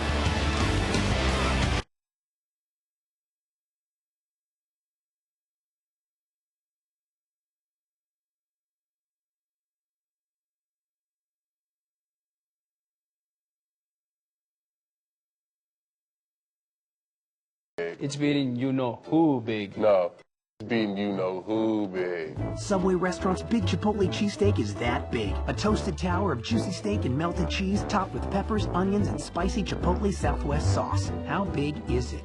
It's playing in New York big. Yeah. Over the years, Derek Jeter has had a lot to say about why Ford is different.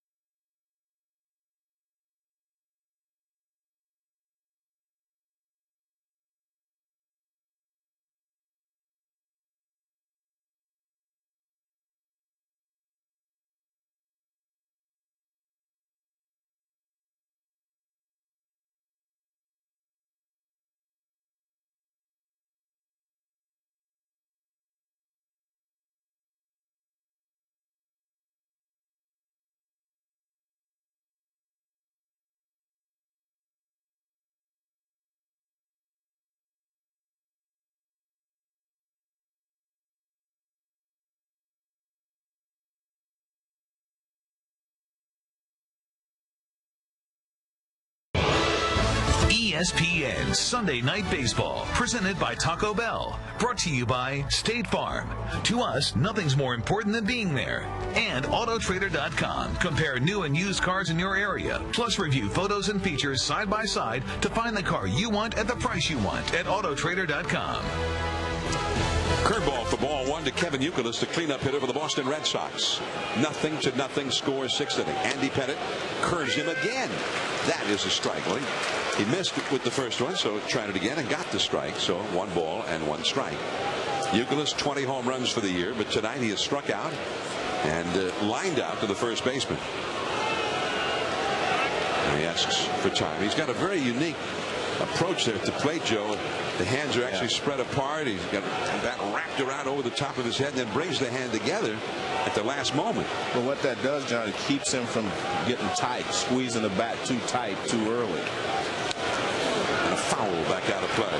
1-2. You see a lot of guys stand there and they're holding the bat and it's just start to grip it and they grip it, and by the time the ball comes, they're tied up. See, now he slides it down and it keeps him from gripping the bat tightly too early in the, before he swings. Struck him out. The low slider. And Youkilis is 0 for 3.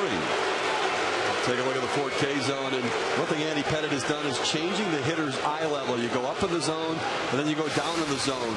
You come in, you come out, and you end up very difficult for the hitter to cover everything. You see that ball kind of breaking down to the back foot of Kevin Youkilis in the batter's box. So it goes for Youkilis and the Red Sox here at the time as a breaking ball is fouled into the batter's box. Jason Bay is lined out to right and singled to center. He is 1 for 2. Joe, we're in the 6th inning, and Andy Pettit is making a living out of first pitch breaking ball. I mean, this entire night, at some point, someone's got to look for it, I would think, and just make an adjustment, don't they? Well, On the inside corner, strike two. What's the old saying? I'm not going to look for something I can't hit. But no, I agree with you. His first time through the order, the pitcher pitches one way, second time another way, whatever. And you as the hitter, if you see him doing this, you have to adjust to that. Strike three called. Yeah, but see, you got him looking for it, and then he fires one over the outside corner. I mean, there was a sequence earlier where he reminds me of Mariano Rivera tonight. I mean, every once in a while when he just throws the cutter and the fastball, not the curveball, but just the cutter and the fastball, he kind of reminds me of Mariano Rivera. That called third strike was the 100th pitch thrown by Pettit. Here's J.D. Drews, hit two singles, and he swings and misses at the slider, and it's 0-1. Red Sox have 5 hits. The Red Sox hitters, no hits in 4 at-bats as a team with the runner or runners in scoring position. They've left 6 men on base. Back out of play so quickly, 0-2. Pettit has had some high-stress innings in the 4th inning. They had the bases loaded. He threw 27 pitches. And here in the 6th inning, though, with his pitch count up over 100, he's having his best inning of the night so far. 2 down, nobody out. The 2-strike pitch. In the dirt outside.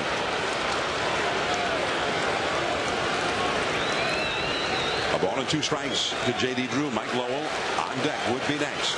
It's been since 1974 that the Red Sox have not been shut out for 30 consecutive innings.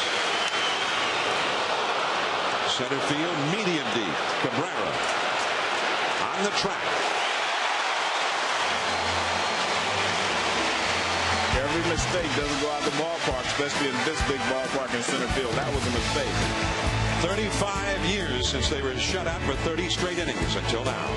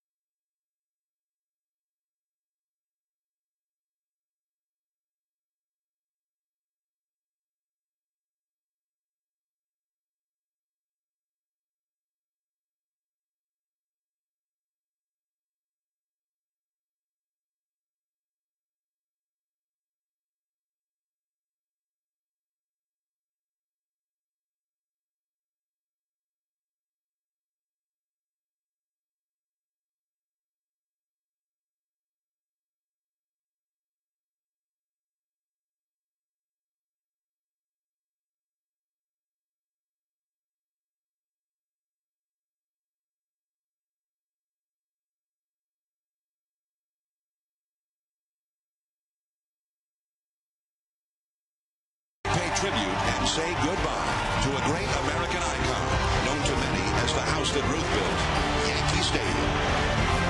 We just want to take this moment to salute you, the greatest fans in the world.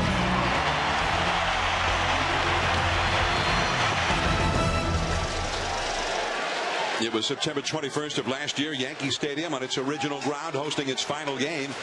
And the winning pitcher for the Yankees that night, fittingly enough, who had won so many big games and big games in October for the Yankees, Andy Pettit. Mariano Rivera at the final out, retiring Baltimore's Brian Roberts. And that was the end of the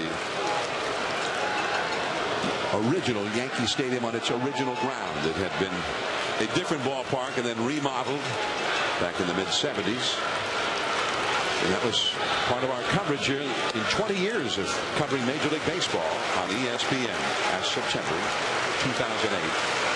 Stay tuned. We will also announce the first baseman as voted by fans on ESPN.com for our 20th anniversary All-Star team. Derek Jeter, with a 2-0 count, has singled tonight and struck out against John Lester. Lester with 5 strikeouts. And he's off the outside. Now, Jeter has a very unusual track record against Lester. He came in 7 for 20 in his career, but with 6 strikeouts. Now he's 8 for 22 with 7 strikeouts, which is unusual for a guy like Jeter. Has a hard time making contact against him, except when he does, it's always for a hit. Exactly. That's weird. That's a weird combination there. Usually when you strike out a lot against a hitter, you do not make good contact against a pitcher. You do not make a lot of solid contact, but he does. But again, most of the time he stays back through the middle and right center, and that's why he's so good. And when he pulls it, he's out. Nick Green throws him out. And that's a big out with power coming up. Johnny Damon is next, then Mark Teixeira, then A-Rod. And that would have been a big play for Jeter to get on base in a 0-0 game with those big hitters coming up. Time for our Lowe's home team advantage. And the Yankees are 37-17 in their new home. Well, these guys are built for this ballpark, John. I mean, you have a lot of fly ball hitters on this team. You have a lot of strikeout pitchers, and that's what works in this ballpark right now, the way it's constructed. They say they're going to make some changes next year so that jet stream doesn't go out to right field, but they also, in a normal day, they can put 6 left-handed hitters in there to shoot at that right field porch.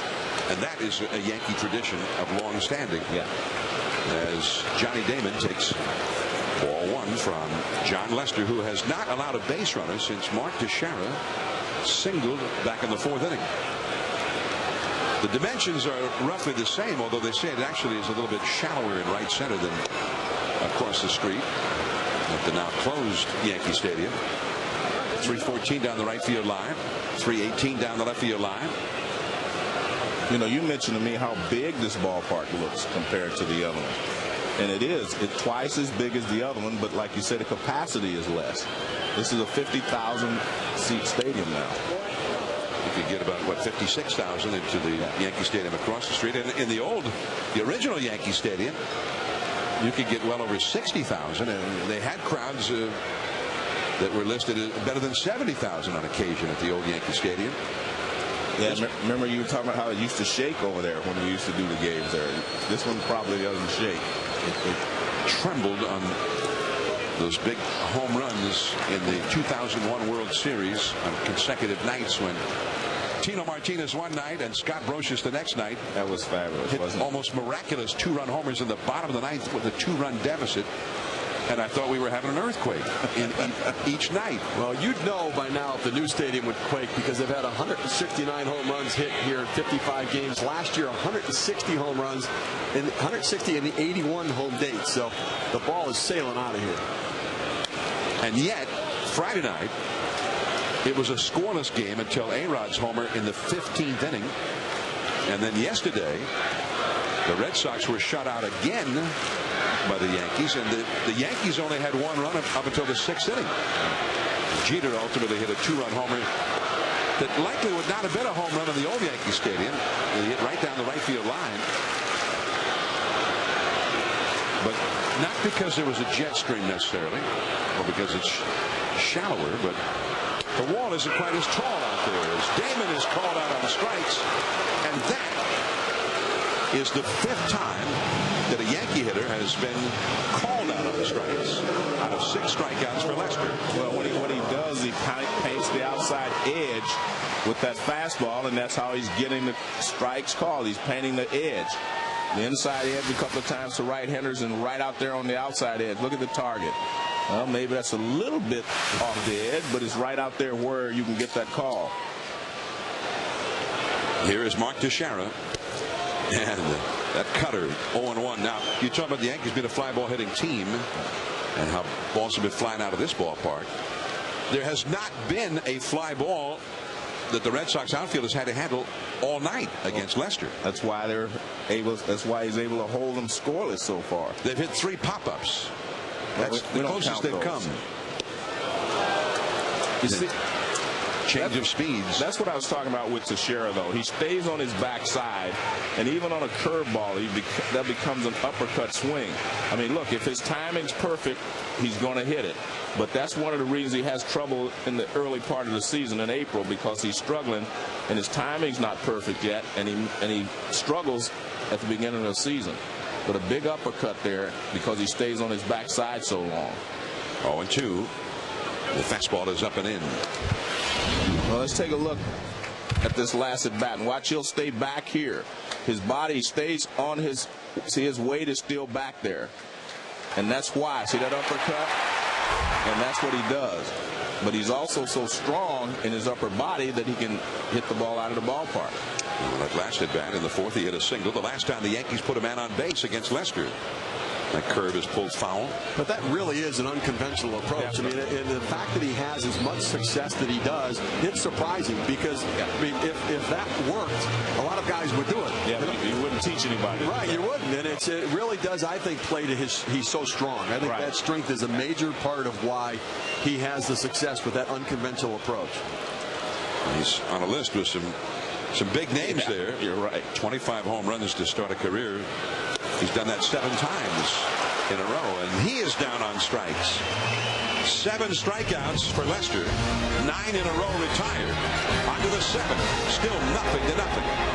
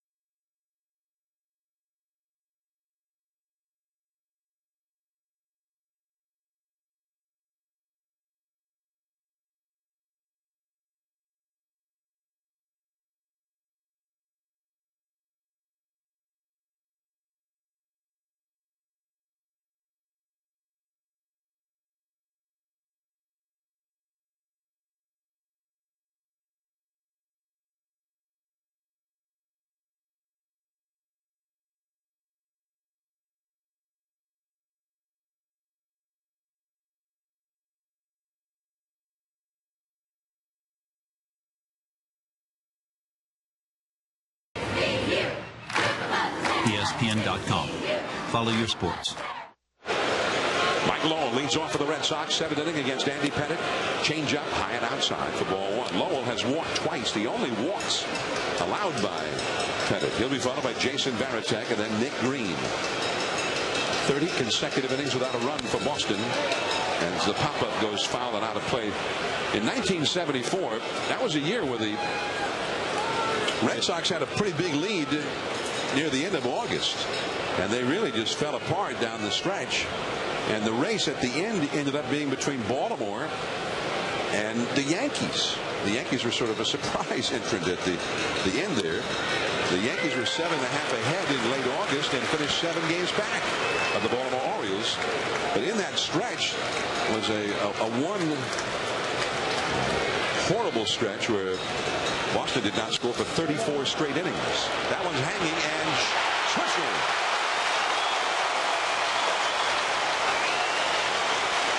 One away.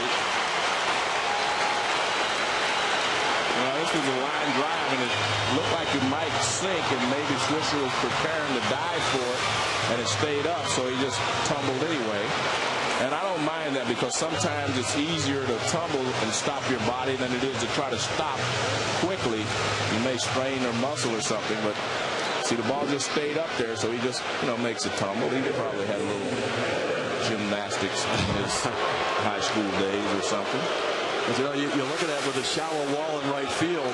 That's taking away a base hit that another ballpark with a different dimensions where the outfielder plays a little bit deeper. You see that W.B. Mason said, right out here, this is where I think the depth is different now than it was back in the old Yankee Stadium, where I think that the angle of that right center field gap is different. I think it had a different angle. It went a little bit deeper out through that gap than this does here. That's why you've seen so many home run balls go out to right field. Jason Varitek with a swing and a miss at that Pettit curveball. Varitek is struck out with 2 men on to end the second, and lined out to left with the bases loaded to end the fourth. You see that right center field area, and I think they've measured it, and it is 8 or 10 feet shallower than it was at the old ballpark. Out number 2 as Jerry Hairston throws out Varitek. Now, Pettit had thrown 104 pitches coming into this inning, and the Yankee bullpen has been busy all this while. A little while ago, it was Brian Bruni.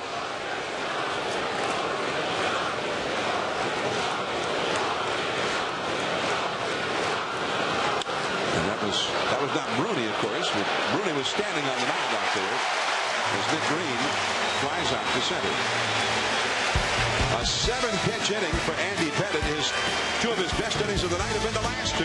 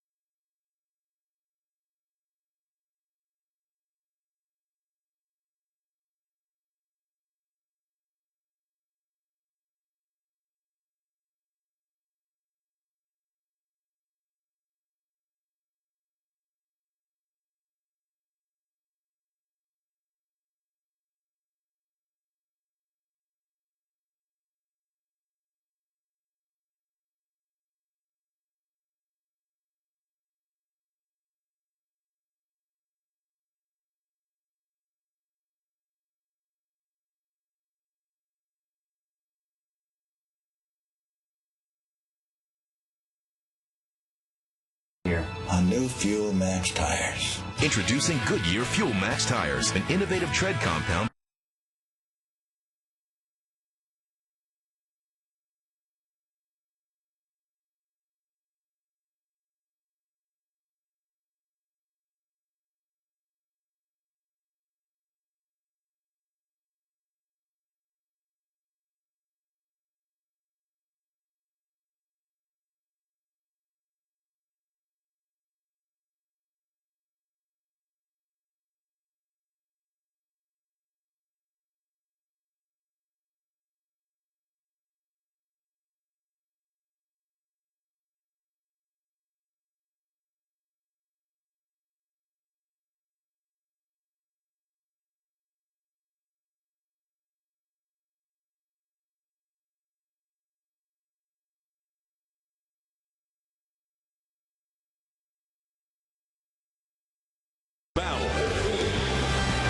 Stadium in New York. The Yankees trying to make it a clean 4-game sweep of the Red Sox.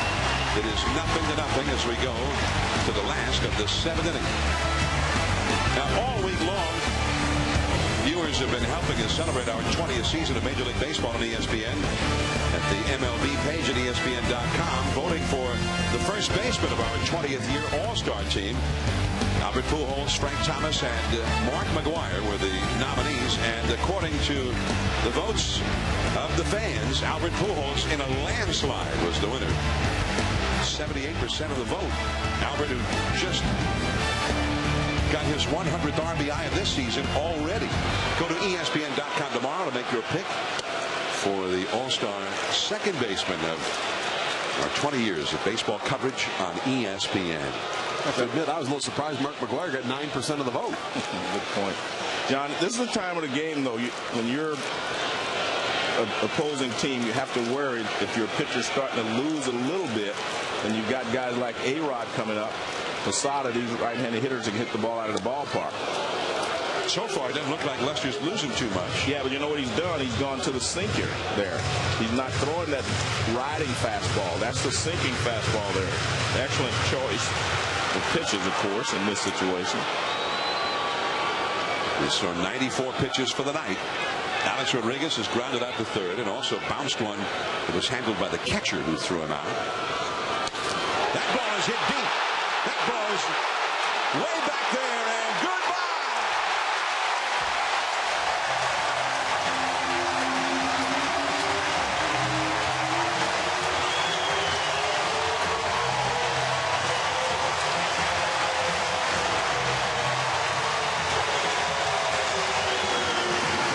For the second time in 3 nights, A-Rod breaks a 0-0 tie with a home run. He did it in the 15th inning to end the game on Friday here in the 7th inning against Lester. And there was something about Lester that caused you to make an observation, Joe.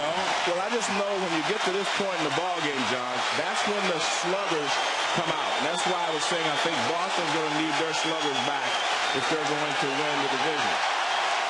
Right now, all the sluggers are on wearing pinstripes tonight. And when you get to this point of the game, you lose a little off your fastball, and the big hitters can take over. Here is Posada. Changeup low. John Lester's been having great success pounding Alex Rodriguez inside, but they set up inside and he left the ball out over the plate. Jason Varitek went to that spot where they've had success, and it was a mistake. Well, that's what happens, though. You know, I mean, you can't pitch a perfect game. No one can, except Don Larson. But in these situations, maybe, or Mark Burley lately. But I mean, when you're a pitcher, you're going to make some mistakes, and Burley made some mistakes in his game. Larson made some mistakes in their game. It's just a matter of whether they're going to hit them or not. You can't be perfect all night long. You try to get in, and eventually you leave something out over the plate with some of these sluggers. That was the first base run, the first hit for the Yankees since the 4th inning, and that's a base hit for Posada. See, they've already seen him 2 or 3 times. And let's take a look at the sequence here. Let's look at the at-bat. As you said, they're trying to pound him in. That pitch is down, but he's in. Look where the target is. That one he got in. And here's the mistake right there. He got it down and over the plate. And in fact, that's looks like the exact same pitch that Tazawa threw the other day, only it wasn't a breaking ball, but in the same spot. And it looks like to me that A-Rod is hitting that low pitch very, very well right now. John Farrell, the pitching coach for the Red Sox, out to have a visit with John Lester, who was breezing through the Yankee lineup. He had allowed only 3 hits, all singles. He had retired 9 in a row. And then suddenly A-Rod with a home run, which was estimated at 425 feet. That's where it landed from home plate. And now a single to right by Posada. The first inning of the game in which the Red Sox young ace left-hander has given up more than 1 hit. And Bard, the right-hander, is up in the Boston bullpen. Daniel Bard. And that's just off the outside to Nick Swisher, a 94-mile-an-hour fastball. Swisher has struck out looking and popped up to second. The Yankees had not even hit a fly ball in this game. The only balls that have reached the outfield were 3 singles. That was a big fly, a truly big fly.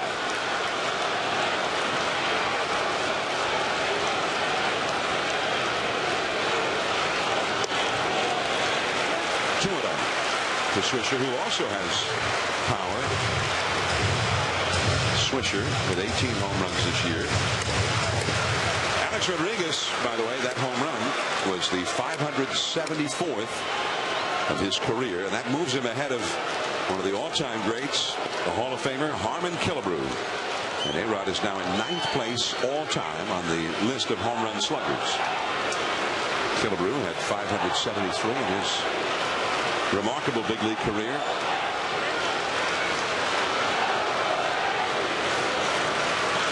Joe, it goes to your point about Pedroia for the Red Sox being a guy you want to try to get a hit, but it's a hit, a single or a double. For Alex Rodriguez, when he hits it, it goes out of the ballpark. Now, those guys are in scoring position when they walk in the batter's box. He has passed Killebrew tonight, and next to the list is Mark McGwire and then Frank Robinson. Killebrew now 10th place all time. And he passed the former great Yankee Hall of Famer Reggie Jackson earlier this year. And that is a walk. No. Swisher thought it was a walk. Yeah. He took off for first. I was just watching Swisher. I thought he knew. 3-1. Let's take a look at this Ford K zone here and see who was correct. Well, I think the umpire was correct, John. He didn't see the Ford K zone in that one. Well, what happens is they watch where they catch the ball. When you're standing on the side, you look at where the ball is being caught. And he caught it low, but when it crosses the front of the plate, it's above the knees. And off his foot, foul ball, strike 2. Swisher is a guy who gets a lot of walks. He walked 70 times this year. Even though his average was only 245 at game time, his on-base average 379. And you like that. I mean, you know, when you have a guy who's a regular player, I mean, if he can walk and get on base, and then when he does make contact and hit some home runs, you're talking about a guy with 18 home runs and 70 walks. That's a pretty productive player for a guy batting, you know, 6th, 7th in your lineup most nights. Well, Joe Girardi really likes him, and he likes what he does for his ball club, especially down at the bottom of the order. You can hit the ball out of the ballpark or get on base. He does both. That's hit softly to third. Youkilis throws him out with Posada moving over to second. And that is the first out of the inning. The Yankees have a runner in scoring position. The scheduled NASCAR race at Watkins Glen was postponed due to rain today. So now tomorrow at noon, ESPN will have the coverage. Kyle Busch, the defending race champion, will look to score another win and get back into the chase picture. The NASCAR Sprint Cup Series at Watkins Glen. Coverage at noon Eastern on ESPN tomorrow. John, I go back to something you were talking about passing Reggie Jackson recently, and as only Reggie can state it. Reggie said to me at the Hall of Fame, he said, Joe, after 150 years, I was 6th or 7th. He said, in the last 15 months, I dropped to 10th. That's toward the middle. Pedroia gets to it from his knees, up to his feet, and he throws out Cano as Posada goes to third. And that saved a run, and he showed some range, and he also showed that great balance getting back to his feet to get his man. Well, what he did so nicely there, John, is he stayed low, so if he had to, he could dive and knock the ball down.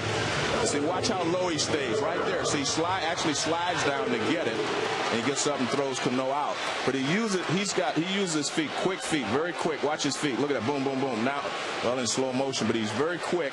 Uses his feet, gets over in front of to the side. Now he gets up and throws him out.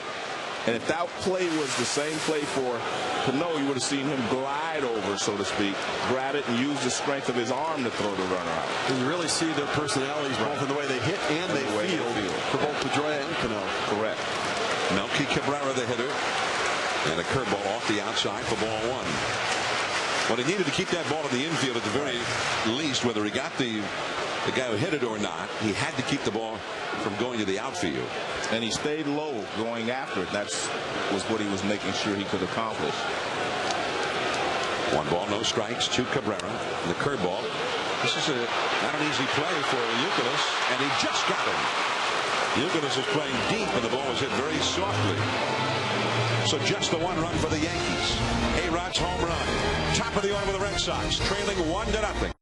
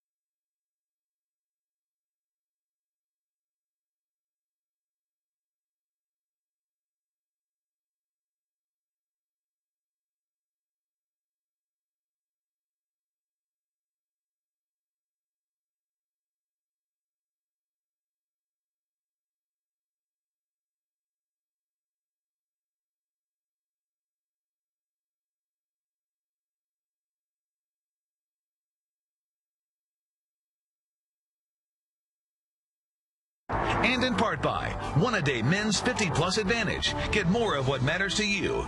And Cabot Wood Stains. Our performance is legendary. Sunday Night Baseball. I'm John Miller with Joe Morgan and Steve Phillips. And this is the very impressive new home of the New York Yankees. Our first Sunday night telecast from here. The Yankees are leading the Red Sox 1-0, but Andy Pettitte is finished for the evening. 112 pitches through 7. And now Phil Koch will come on in relief, and Koch with a 4.7 earned run average. And 46 innings, only 34 hits allowed. And the idea now is to get the ball to Mariano Rivera, the great Rivera, who most of the time you get it to him with a lead of any kind. In the 9th inning, the game's over. And they've even started using him more and more in the 8th inning. It's 7 saves of 4 outs or more where he's come on in the 8th inning, and Koch starts the left-handed hitting Ellsbury with a called strike. Joe Girardi just raves about Phil Koch and what he's meant to his bullpen this year. He's one of those unique left-handers that does a great job neutralizing a left-handed bat, but he can stay in and get right-handed hitters out as well.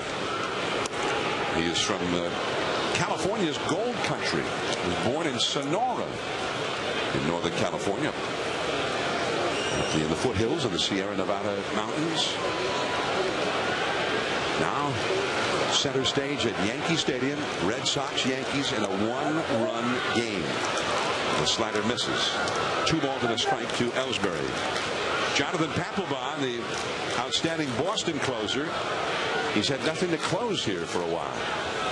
Yankees have not won or rather the Red Sox have not won a game since last weekend when they were in Baltimore. And a foul out of play off to the left. Since they left Baltimore, they've had 2 losses in St. Petersburg, Florida, to the contending Rays, who are just behind them in the East and also in the wild card division, and 3 in a row they've lost here. 1981 was the last time they were shut out for 3 straight games. That was by the Texas Rangers at the end of April in 1981, a series, by the way, that I broadcast as a Red Sox broadcaster with the late Ken Coleman. Strike 3 call.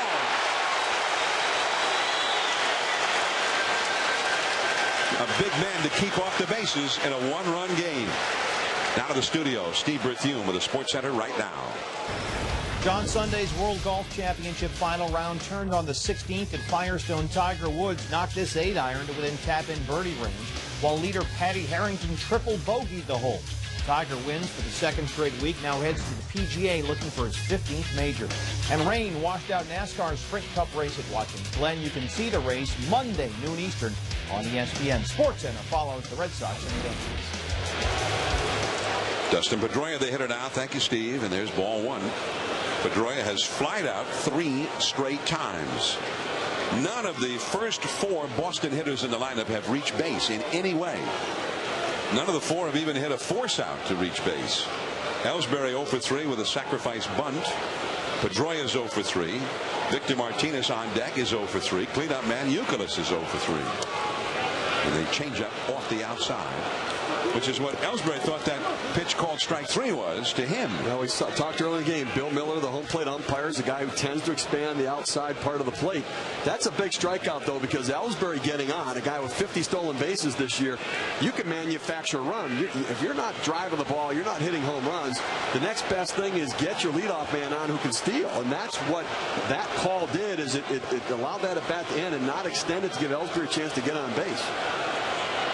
And John, I was talking about the difference between Cano and Pedroia. Watch how Pedroia, so he jumps into the ball. And that's a base hit in the left center. He takes the big turn at first, and Cabrera hurries the ball back in. And Cano was ready to relay it back to first, but saw that Pedroia had scurried back to the bag. Now watch Pedroia, how he jumps into the ball, and we'll see Cano again in this game, I'm sure. Now watch how he jumps into it. See, look at all the movement there and how hard he swings. A lot different from Cano, but they both get the job done.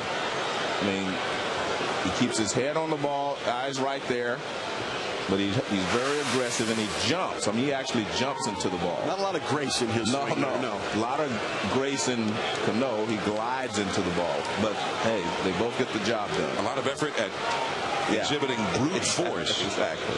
So he's aboard. He's the possible tying run. Here is Victor Martinez, 0 for 3 in the game. And a foul. 0-1 the count to Victor Martinez with Youkilis on deck. These are the big guys for the Red Sox, with Big Papi not in the lineup tonight. Ortiz, who has been struggling mightily, who's been in the center of the storm after his name and his former teammate Manny Ramirez's name were leaked to the media on the list of 104 players who tested positive for performance-enhancing drugs 6 years ago. He's been answering questions nightly about that before games, and the Boston clubhouse had the press conference here yesterday, and he allowed us how it has been weighing on him. But this has been the season of his discontent long before his name was ever leaked out there, attached to the performance-enhancing drug tests from 6 years ago. But Terry Francona said he could see that it was weighing on him, and he just looks tired. Since his name was released in that report, hitting 171, and that's gotten worse as time has gone on. The changeup from Koch is up and away, 1-2 to Martinez. And I'm a little bit surprised that Joe Girardi doesn't have Rivera up in this situation. I mean, you've got a 1-0 game, and to sweep the Boston Red Sox, I mean, this is one of those days that if you get in trouble in the 8th inning, you may want to bring Rivera in for that 4-out. Now, he's up and stretching a little bit, but has not thrown yet. And I think it's going to be difficult to get ready quickly enough to handle the situation if they need him. And that slider on the hands, pulled foul by Victor Martinez. 1 ball, 2 strikes. Well, he may not want to get him up right now, Steve, because yesterday he got him up. He was going to pitch the 9th inning, and the Yankees scored 3 more runs, you know, to put it out of a save situation, and he sat back down. So he threw a lot yesterday, and maybe that's why he doesn't want to use him in this 4-out save or 5-out save today, because he was ready to come in, and all of a sudden Derek Jeter hit a home run to cap off the inning. Dangerous and powerful Victor Martinez. A ball and 2 strikes.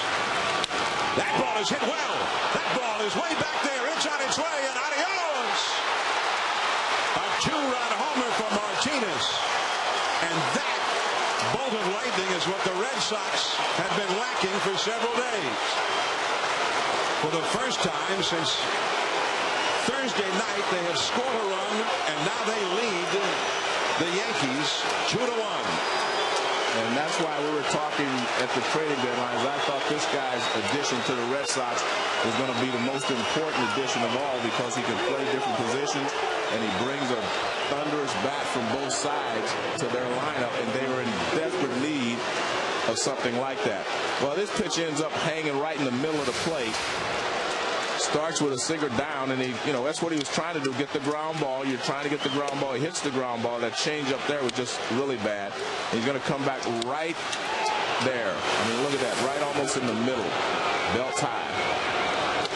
It was interesting to me that the 2 breaking balls that Martinez swung at and fouled off, he was way out in front and pulled them down the line. Then he came back with a fastball, and it was the velocity, it was the speed at which Martinez was swinging the bat. He actually did him a favor, I think, by going back to the fastball. Definitely. 2-1 Boston, and here is Kevin Youkilis. Rips one into left field. That is a base hit.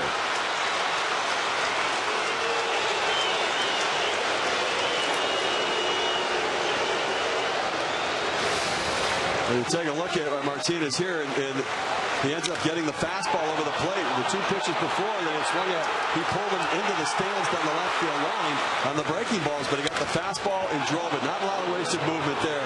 So power from both sides of the plate. He can hit for average. And I agree, earlier we talked about he is going to be a leader on this team. He really wants to contribute. Big Papi appreciates it. Now, ordinarily, we would have expected to see Phil Hughes in the 8th inning. He's become the 8th inning setup man for the Yankees, especially in a 1-run game, as the bridge to Mariano Rivera to close the game. But they had the 15-inning game on Friday, and Phil Hughes worked in that game. He also worked yesterday. He worked just briefly in each of those games. Yeah, but he did get all heated up and warmed up for each game. Chad Godin, just acquired from the San Diego Padres, is now up in the Yankee bullpen, just placed on the roster today after his acquisition. Well, Hughes pitched 1/3 of an inning in relief of Sabathia yesterday in the 8th inning. But I'm also, like Steve, what would it mean to sweep the Red Sox? So you have to break out all stops, that's so much all hands on deck kind of thing. And maybe use Phil Hughes for 1/3 of an out again, and then let Mariano Rivera get a 4-out save. Jason Bay, the hitter. That's hit very softly. Cheater gets one. Cano to first. Double play. And that's that quick release that he has at second base with something on it. Mazeroski-like. Yeah, but with a stronger arm. But Victor Martinez has launched one. And the Boston Red Sox are leading 2-1.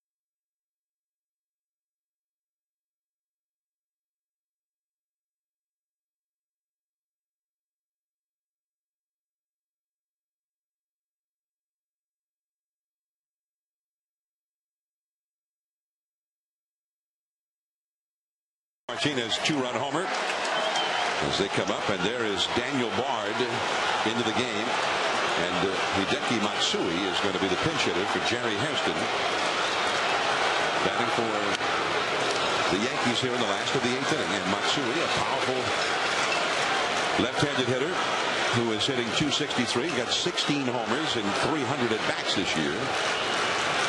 Bard, young right-hander, and he has got a great arm. 24 years old, from Houston, Texas. Blew that one by at 98 miles an hour. I don't know if Matsui can catch up with this fastball. You have to turn it up 2 notches, not 1. Not up in the zone like that. He's not going to. That's the one thing you want to do. See the spot right here? Watch that right there where the velocity pops up, because this kid can light up the radar gun. But again, Joe Girardi did not use Phil Hughes in the 8th inning. Hughes had worked 2 straight days, but had not worked a lot. He threw 4 pitches here yesterday in the 8th inning, struck out the only man he faced in relief of Sabathia, and then he threw 5 pitches and got the only man he faced in relief of Burnett in Friday night's ball game. The left-hander Okajima, the right-hander Papelbon up in the Boston bullpen. But nonetheless, after working for 2 straight days, Hughes not used tonight by Joe Girardi, and there's a call strike. You know how they had with Jabba Chamberlain when he first came up from the minor leagues as a relief pitcher? They had the Jabba rules, and I'm wondering maybe they have Phil Hughes rules as well. He's not a very old guy either. Maybe they don't want him to work 3 days in a row, because that was his spot. And the fastball is up and away at 98 miles an hour. 3-2. Hughes with his head in his hands out there in the bullpen, so he's out there. I don't know if he's got his head in his hands. I can't believe he didn't put me in there. He's got that look on his face a little bit there. Believe it. Right to the second baseman Pedroia, down to his right knee to get it, and Matsui is out number 1. Major League Baseball congratulates the Los Angeles Urban Youth Academy junior and senior boys, 2 different teams, the junior and senior boys, on winning the championships of the 2009 RBI World Series presented by KPMG. And we add our congratulations to the Los Angeles Urban Youth Academy junior and senior boys, both victorious at the RBI World Series. Here's Derek Jeter. The Yankees trailing 2-1 in the 8th inning, after being shut out for 31 consecutive innings by Yankee pitching. And it was Victor Martinez, the man they acquired just before the trading deadline, in a blockbuster trade, and I think one that caught a lot of people by surprise. And it was Victor Martinez, 2-run homer, that has put the Red Sox ahead, and he did it against his new arch rival, the Yankees. Check swing, and that ball inadvertently ends up a fair ball, and Bard retires Jeter. He didn't mean to swing. A little bit of an excuse me as he checks a swing, and this kind of velocity, you've got to get yourself going a little bit, and if you move out of the way, you don't have that ability to check your swing and look out and control where the bat is. And Derek Jeter says, ow, this thing's getting in on my hands right here. It's going to take a bite out of me. And yeah, he said ouch right there. And Joe, with this kind of velocity, what do you do as a hitter? I mean, you have to speed yourself up. Well, you don't think about that. You want the bat, you want to swing quicker, not harder. Quicker, not harder. Johnny Damon, 2 down and nobody on. Bard pitched in the 15-inning game here on Thursday night. He got the last 2 outs of the 9th inning. Threw 18 pitches in that game. He's only given up 1 home run this year, but that was on Tuesday night in St. Petersburg, Florida. That ball is crushed. Way back. It's gone. And now he's given up another one.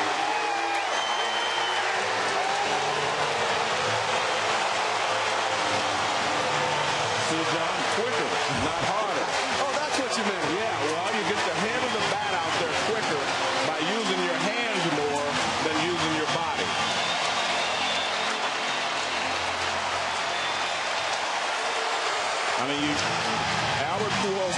tell you, swing quicker, and what you do is use your hands more so that your hands are quicker, not your body. When you swing hard, you use your body. So you want to swing quicker, not harder. And you got another powerful hitter up here. Everybody's standing at Yankee Stadium. Mark Teixeira, and a slider in there for a strike. Johnny Damon came out and took a bow. Teixeira is 1 for 3. On Tuesday in St. Petersburg, Bard in the 8th inning gave up a home run to Evan Longoria that tied up that game. A game that the Rays eventually won. That ball is hit high in the air. Down the right field line. Into the corner. On its way. Goodbye. Second down.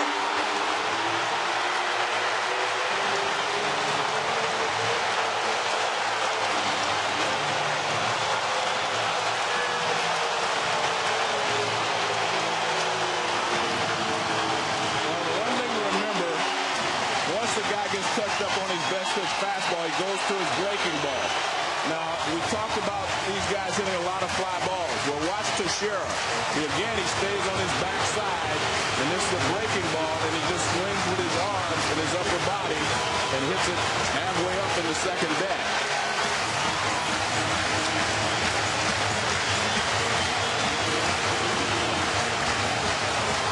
All right, let's take a look at Johnny Damon. This is a low fastball. And remember, I said these guys hit a lot of fly balls. Even though the ball is down, you'll see Damon get the ball in the air. Now watch, the pitch is down, but he still gets it in the air because he's a fly ball hitter. That's the way he is. Now watch the slide uppercut there. I mean, that's what these Yankee hitters are. They're fly ball hitters, and this guy suits them perfectly. See, that's a fly ball in the right center field. It goes over the wall. Now watch him stay on his backside. See how he drops his back shoulder and he gets underneath it. Ball 1 to Alex Rodriguez. It was A-Rod who homered leading off the 7th against Lester for the first run of the game. Now he comes up after consecutive home runs by Damon and Teixeira within a span of 3 pitches by Daniel Bard.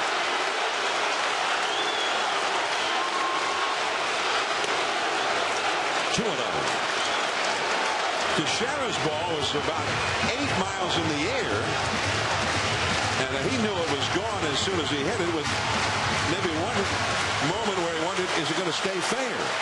But it was plenty fair and way up into the second deck.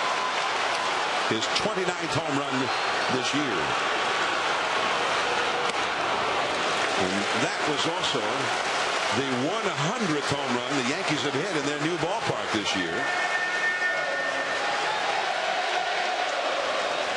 Now, they are new teammates. This is their first year they've played together, and yet already 6 times, Damon, who has 21 homers, and Teixeira, with 29, have gone back-to-back and cheek to cheek, as the Yankee broadcaster John Sterling likes to say.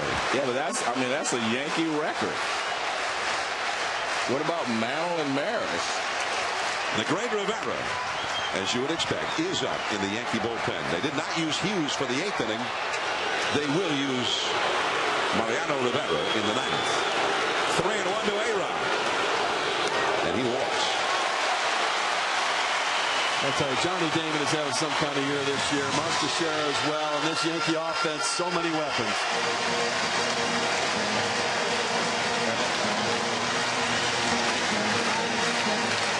Hideki Okajima is going to be summoned into the game by manager Terry Francona.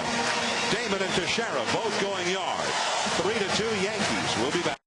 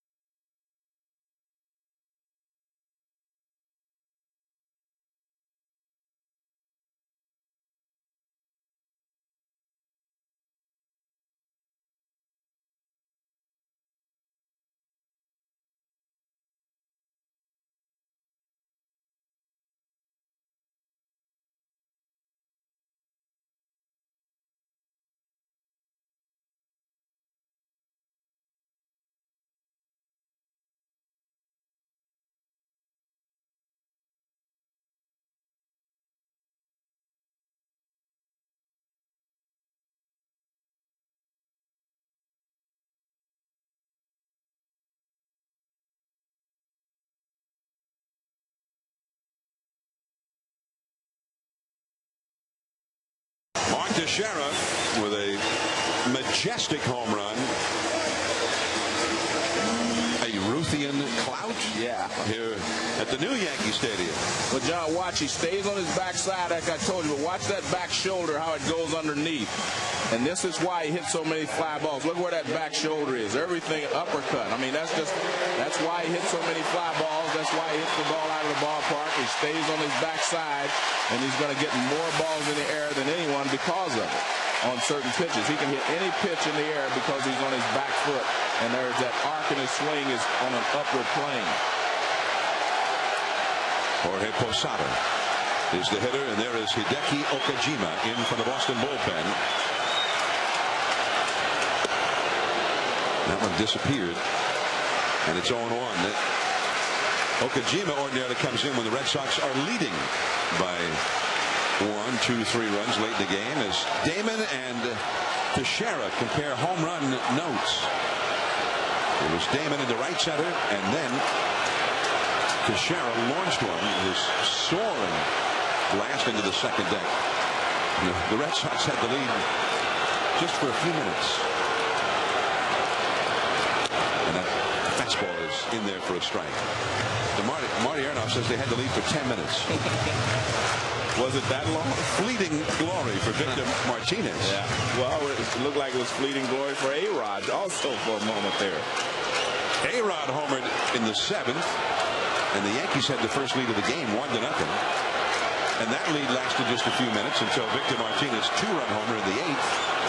And that lead lasted for 10 minutes until Teixeira followed Damon's homer to put the Yankees ahead. And that's down the right field line into the corner. Extra bases for Posada. Drew gets it back in. A-Rod stops at third. A stand-up double for Posada, and the hits just keep on coming for the Yankees. Well, I was watching Alex run there. He definitely is not running well. I mean, he normally would have been able to score. You know, the healthy Rodriguez maybe or give it a chance to score on that play. But from first base, I was watching him, and when he gets halfway to third, it's like he's running out of gas or starting to hurt him, and he has to slow down. Now watch, this is, he starts on, well, see right there, you can see he's got a little hitch in that get along, and right there he just slows up. He can't make it. His stride's not as long as it was before. Right. It's almost like he's shortening his stride, because if he gives the full extension, he's going to feel something in that hip. So now the Yankees with a 1-run lead, which often is plenty enough for Mariano Rivera, but they're threatening to open it up still more. Swisher the hitter. And that, Swisher says, hit him in the shirt. But Bill Miller, the plate umpire, didn't think so. Yeah, but I mean, if you're Swisher, right. Why do you want to hit? Right, stay there. Why do you don't want to hit? You got 2 runners in scoring position. Yeah. Why wouldn't I want to hit? I don't get that. Yeah, and the man on deck is a left-handed hitter. But I mean, forget who's on deck. I'm the hitter. I want to drive in those runs. There is Cano. Yeah. That's that old saying, and we'll leave it up to the next guy. So watch Nick Swisher. He looks up to the sky in every at-bat before the pitch comes in, and an honor to his grandparents that helped raise him. Did that hit him? I guess not. 2-0 the count this way. Well, he may not be interested in pitching to him anyway. Yeah. But I would be interested in hitting. I mean, you got runners in second and third. Nick Swisher, grandparents raised him, and he looks up to the sky before every at-bat and after every hit. In remembrance of the grandparents. Ooh. Right up the middle. Base hit. A-Rod scores. Posada scores. 5-2 Yankees. And Swisher, who wanted to go to first base, has to settle for the 2 RBI single instead. Maybe he still thought he was playing with the A's. He just wanted to get on base. Well, a good job by Swisher after initially not wanting to go.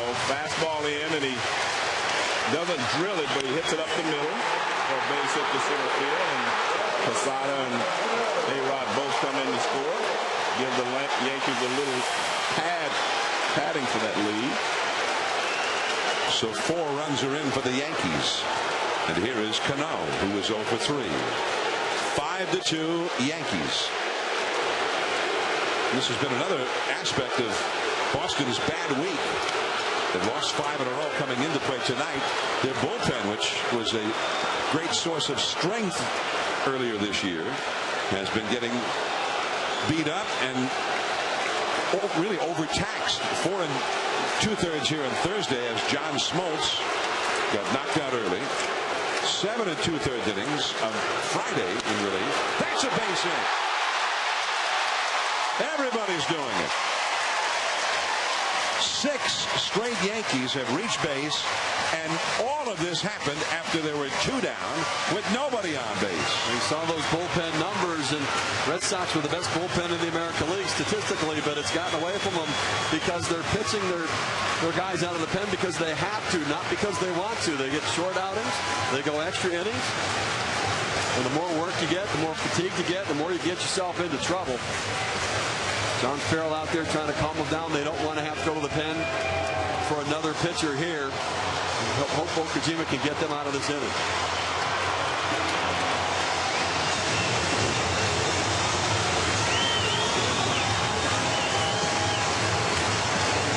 Fernando Cabrera, you saw the right-hander there. This is Sunday Night Baseball on ESPN. We're at Yankee Stadium in New York, the 4th game of the series, and the Red Sox, in a 0-0 tie, finally scored a run, their first run since the 9th inning on Thursday night when Victor Martinez hit a 2-run homer. That was 1 inning after A-Rod had homered for the first run of the game, and it put the Yankees ahead. We have a seesaw battle going here. A night that it belonged to the pitchers. Andy Pettit of the Yankees, who had 7 shutout innings. Lester of the Red Sox, who had a shutout until A-Rod's home run leading off the 7th. But now here in the 8th inning, Damon homered to Tiant, to Shera right after that homer to give the Sox the lead. And now 2 runs later, they've got 2 men on, 2 men out. And the ball hit foul by Melky Cabrera, who is the 9th batter of the inning. After the first 2 hitters, Hideki Matsui, a pinch hitter, Derek Jeter, both grounded out against Daniel Bard. That is when the Yankees erupted. They have scored 4 times here in the 8th inning so far, all after 2 were down. Jeter grounded out and didn't even mean to swing the bat. He checked his swing, and the ball inadvertently glanced off the bat back to the pitcher. And no Yankee has been retired since then. And that curveball down and in to Melky Cabrera. Mark Teixeira, after Damon's homer tied the game, launched a spectacular aerial shot to right field up into the second deck. That one followed, it traced the arc of the Matterhorn over in Switzerland. A definite majestic blast. Off the fists, Nick Green.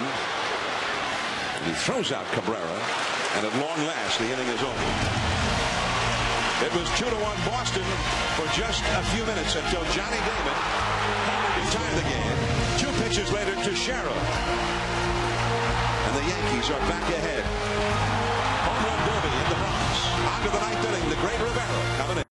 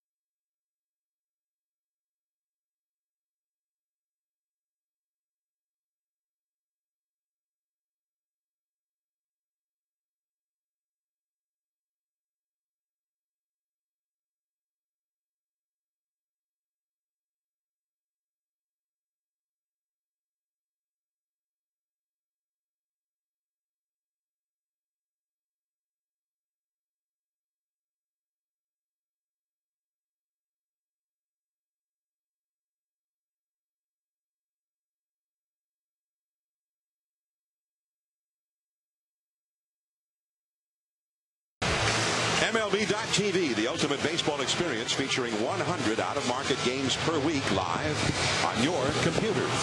For more details, visit MLB.TV, where baseball is always on. ESPN Sunday Night Baseball, our 20th season. And for the Boston Red Sox, hard times in the Bronx.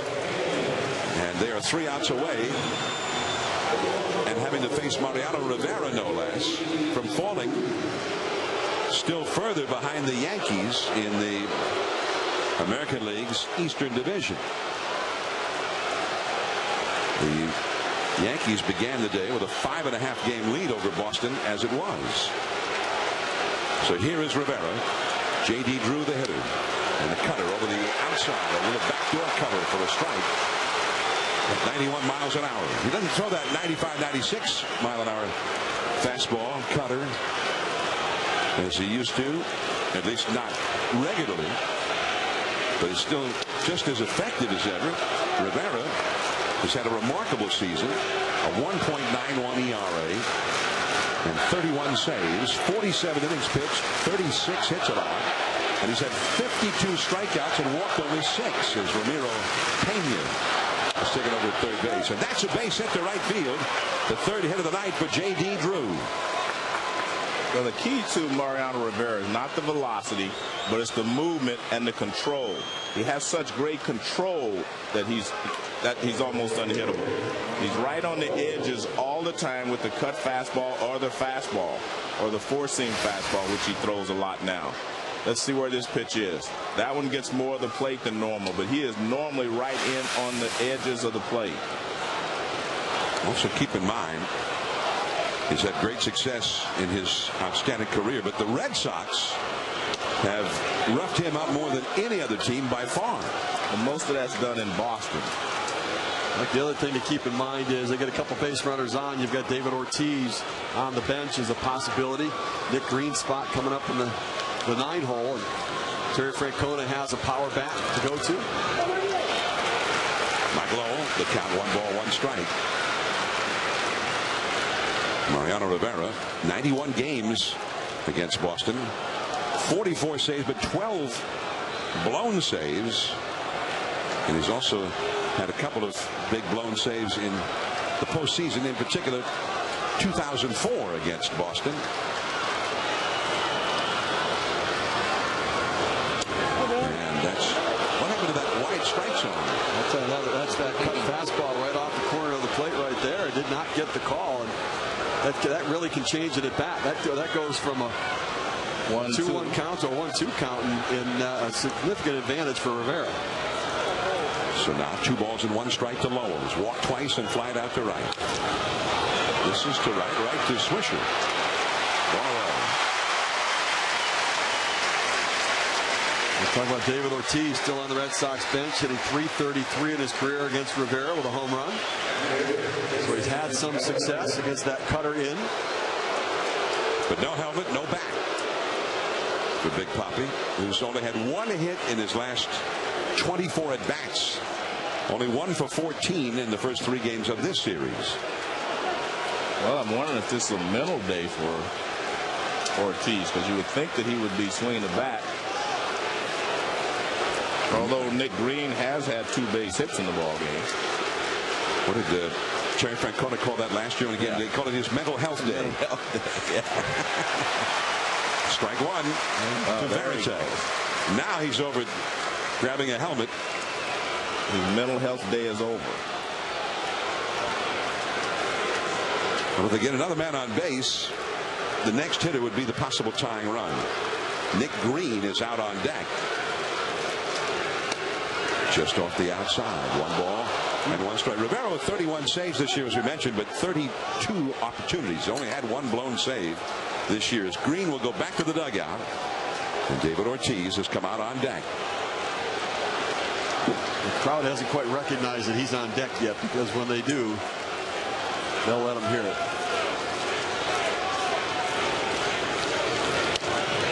No, again. 2-1 to Veritek, who has gone 0 for 3 tonight. Veritek, 10 hits and 33 lifetime at bats against Rivera, with a home run. As There's Big Papi with Rivera center stage. Big Papi on deck. That is in there. 2-2. Red Sox need base runners right now. They need at least one more base runner to be able to send the possible time run to the plate.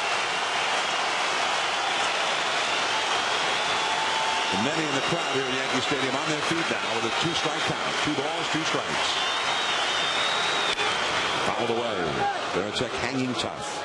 Now they're setting him up for that cutter in on his hands. They keep going. The last 2 pitches been the cutter away. The first one just barely off the plate. The last one Veritek fights off. But this is where Rivera then says, all right, you know, even at Yankee Stadium, we've got a 3-run gap here. This is where he runs that cutter in on the hands. He gets a swing of the miss with a broken bat.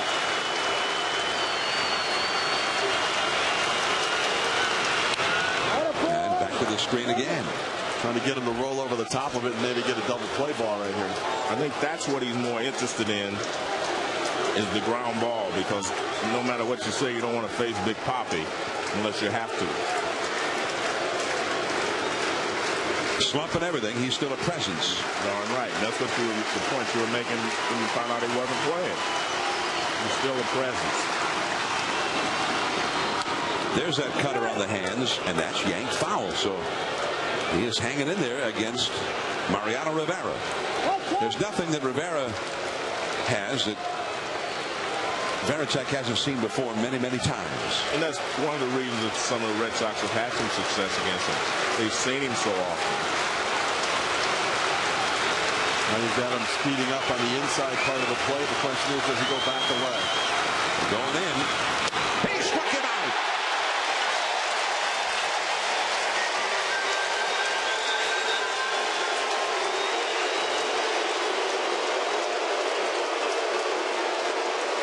And a big boo for Big Papi as he heads to the plate.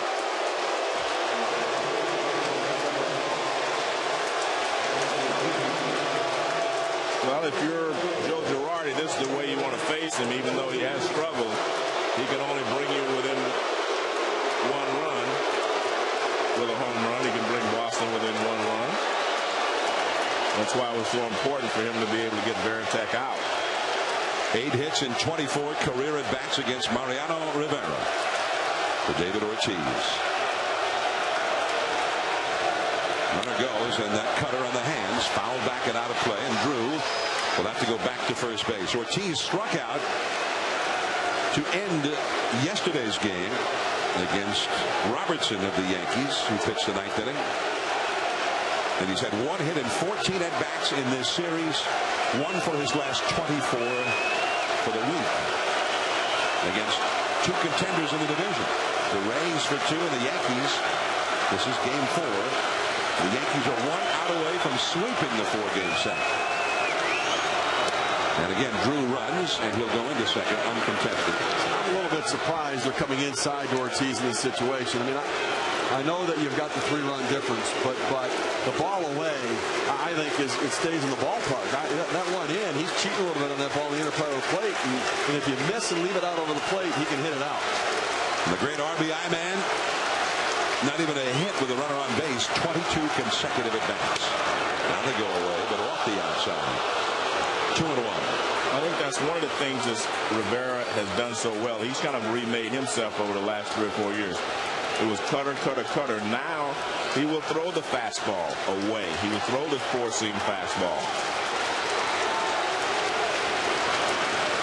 2-1 the count. 3-1. Now Posada's going to go out and speak to Mariano Rivera. Drew led off the inning with a single to right.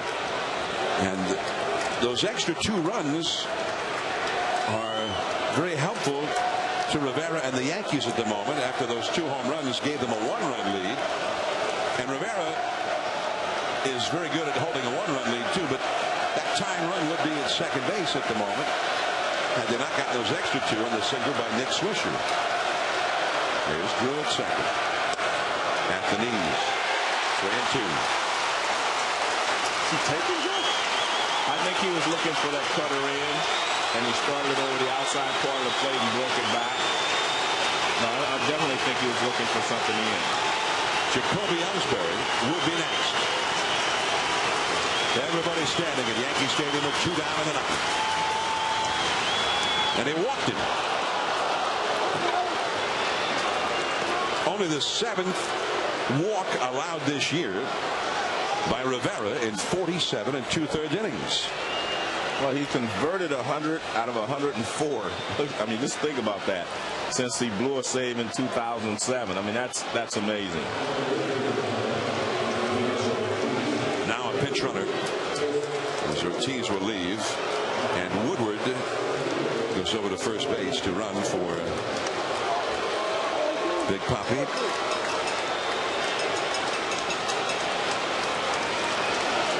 Chris Woodward called up as they put Jed Lowry on the disabled list again. So Woodward over there at first, and here's Ellsbury. Off the fists, foul. How many times have we seen that on a pitch from Rivera to a left-handed hitter? Yeah, but the only problem with that, John, he is the tying run. You make a mistake now, and he just hits a fly ball to right field, it will go out of this ballpark. That much has not changed here at the new Yankee Stadium.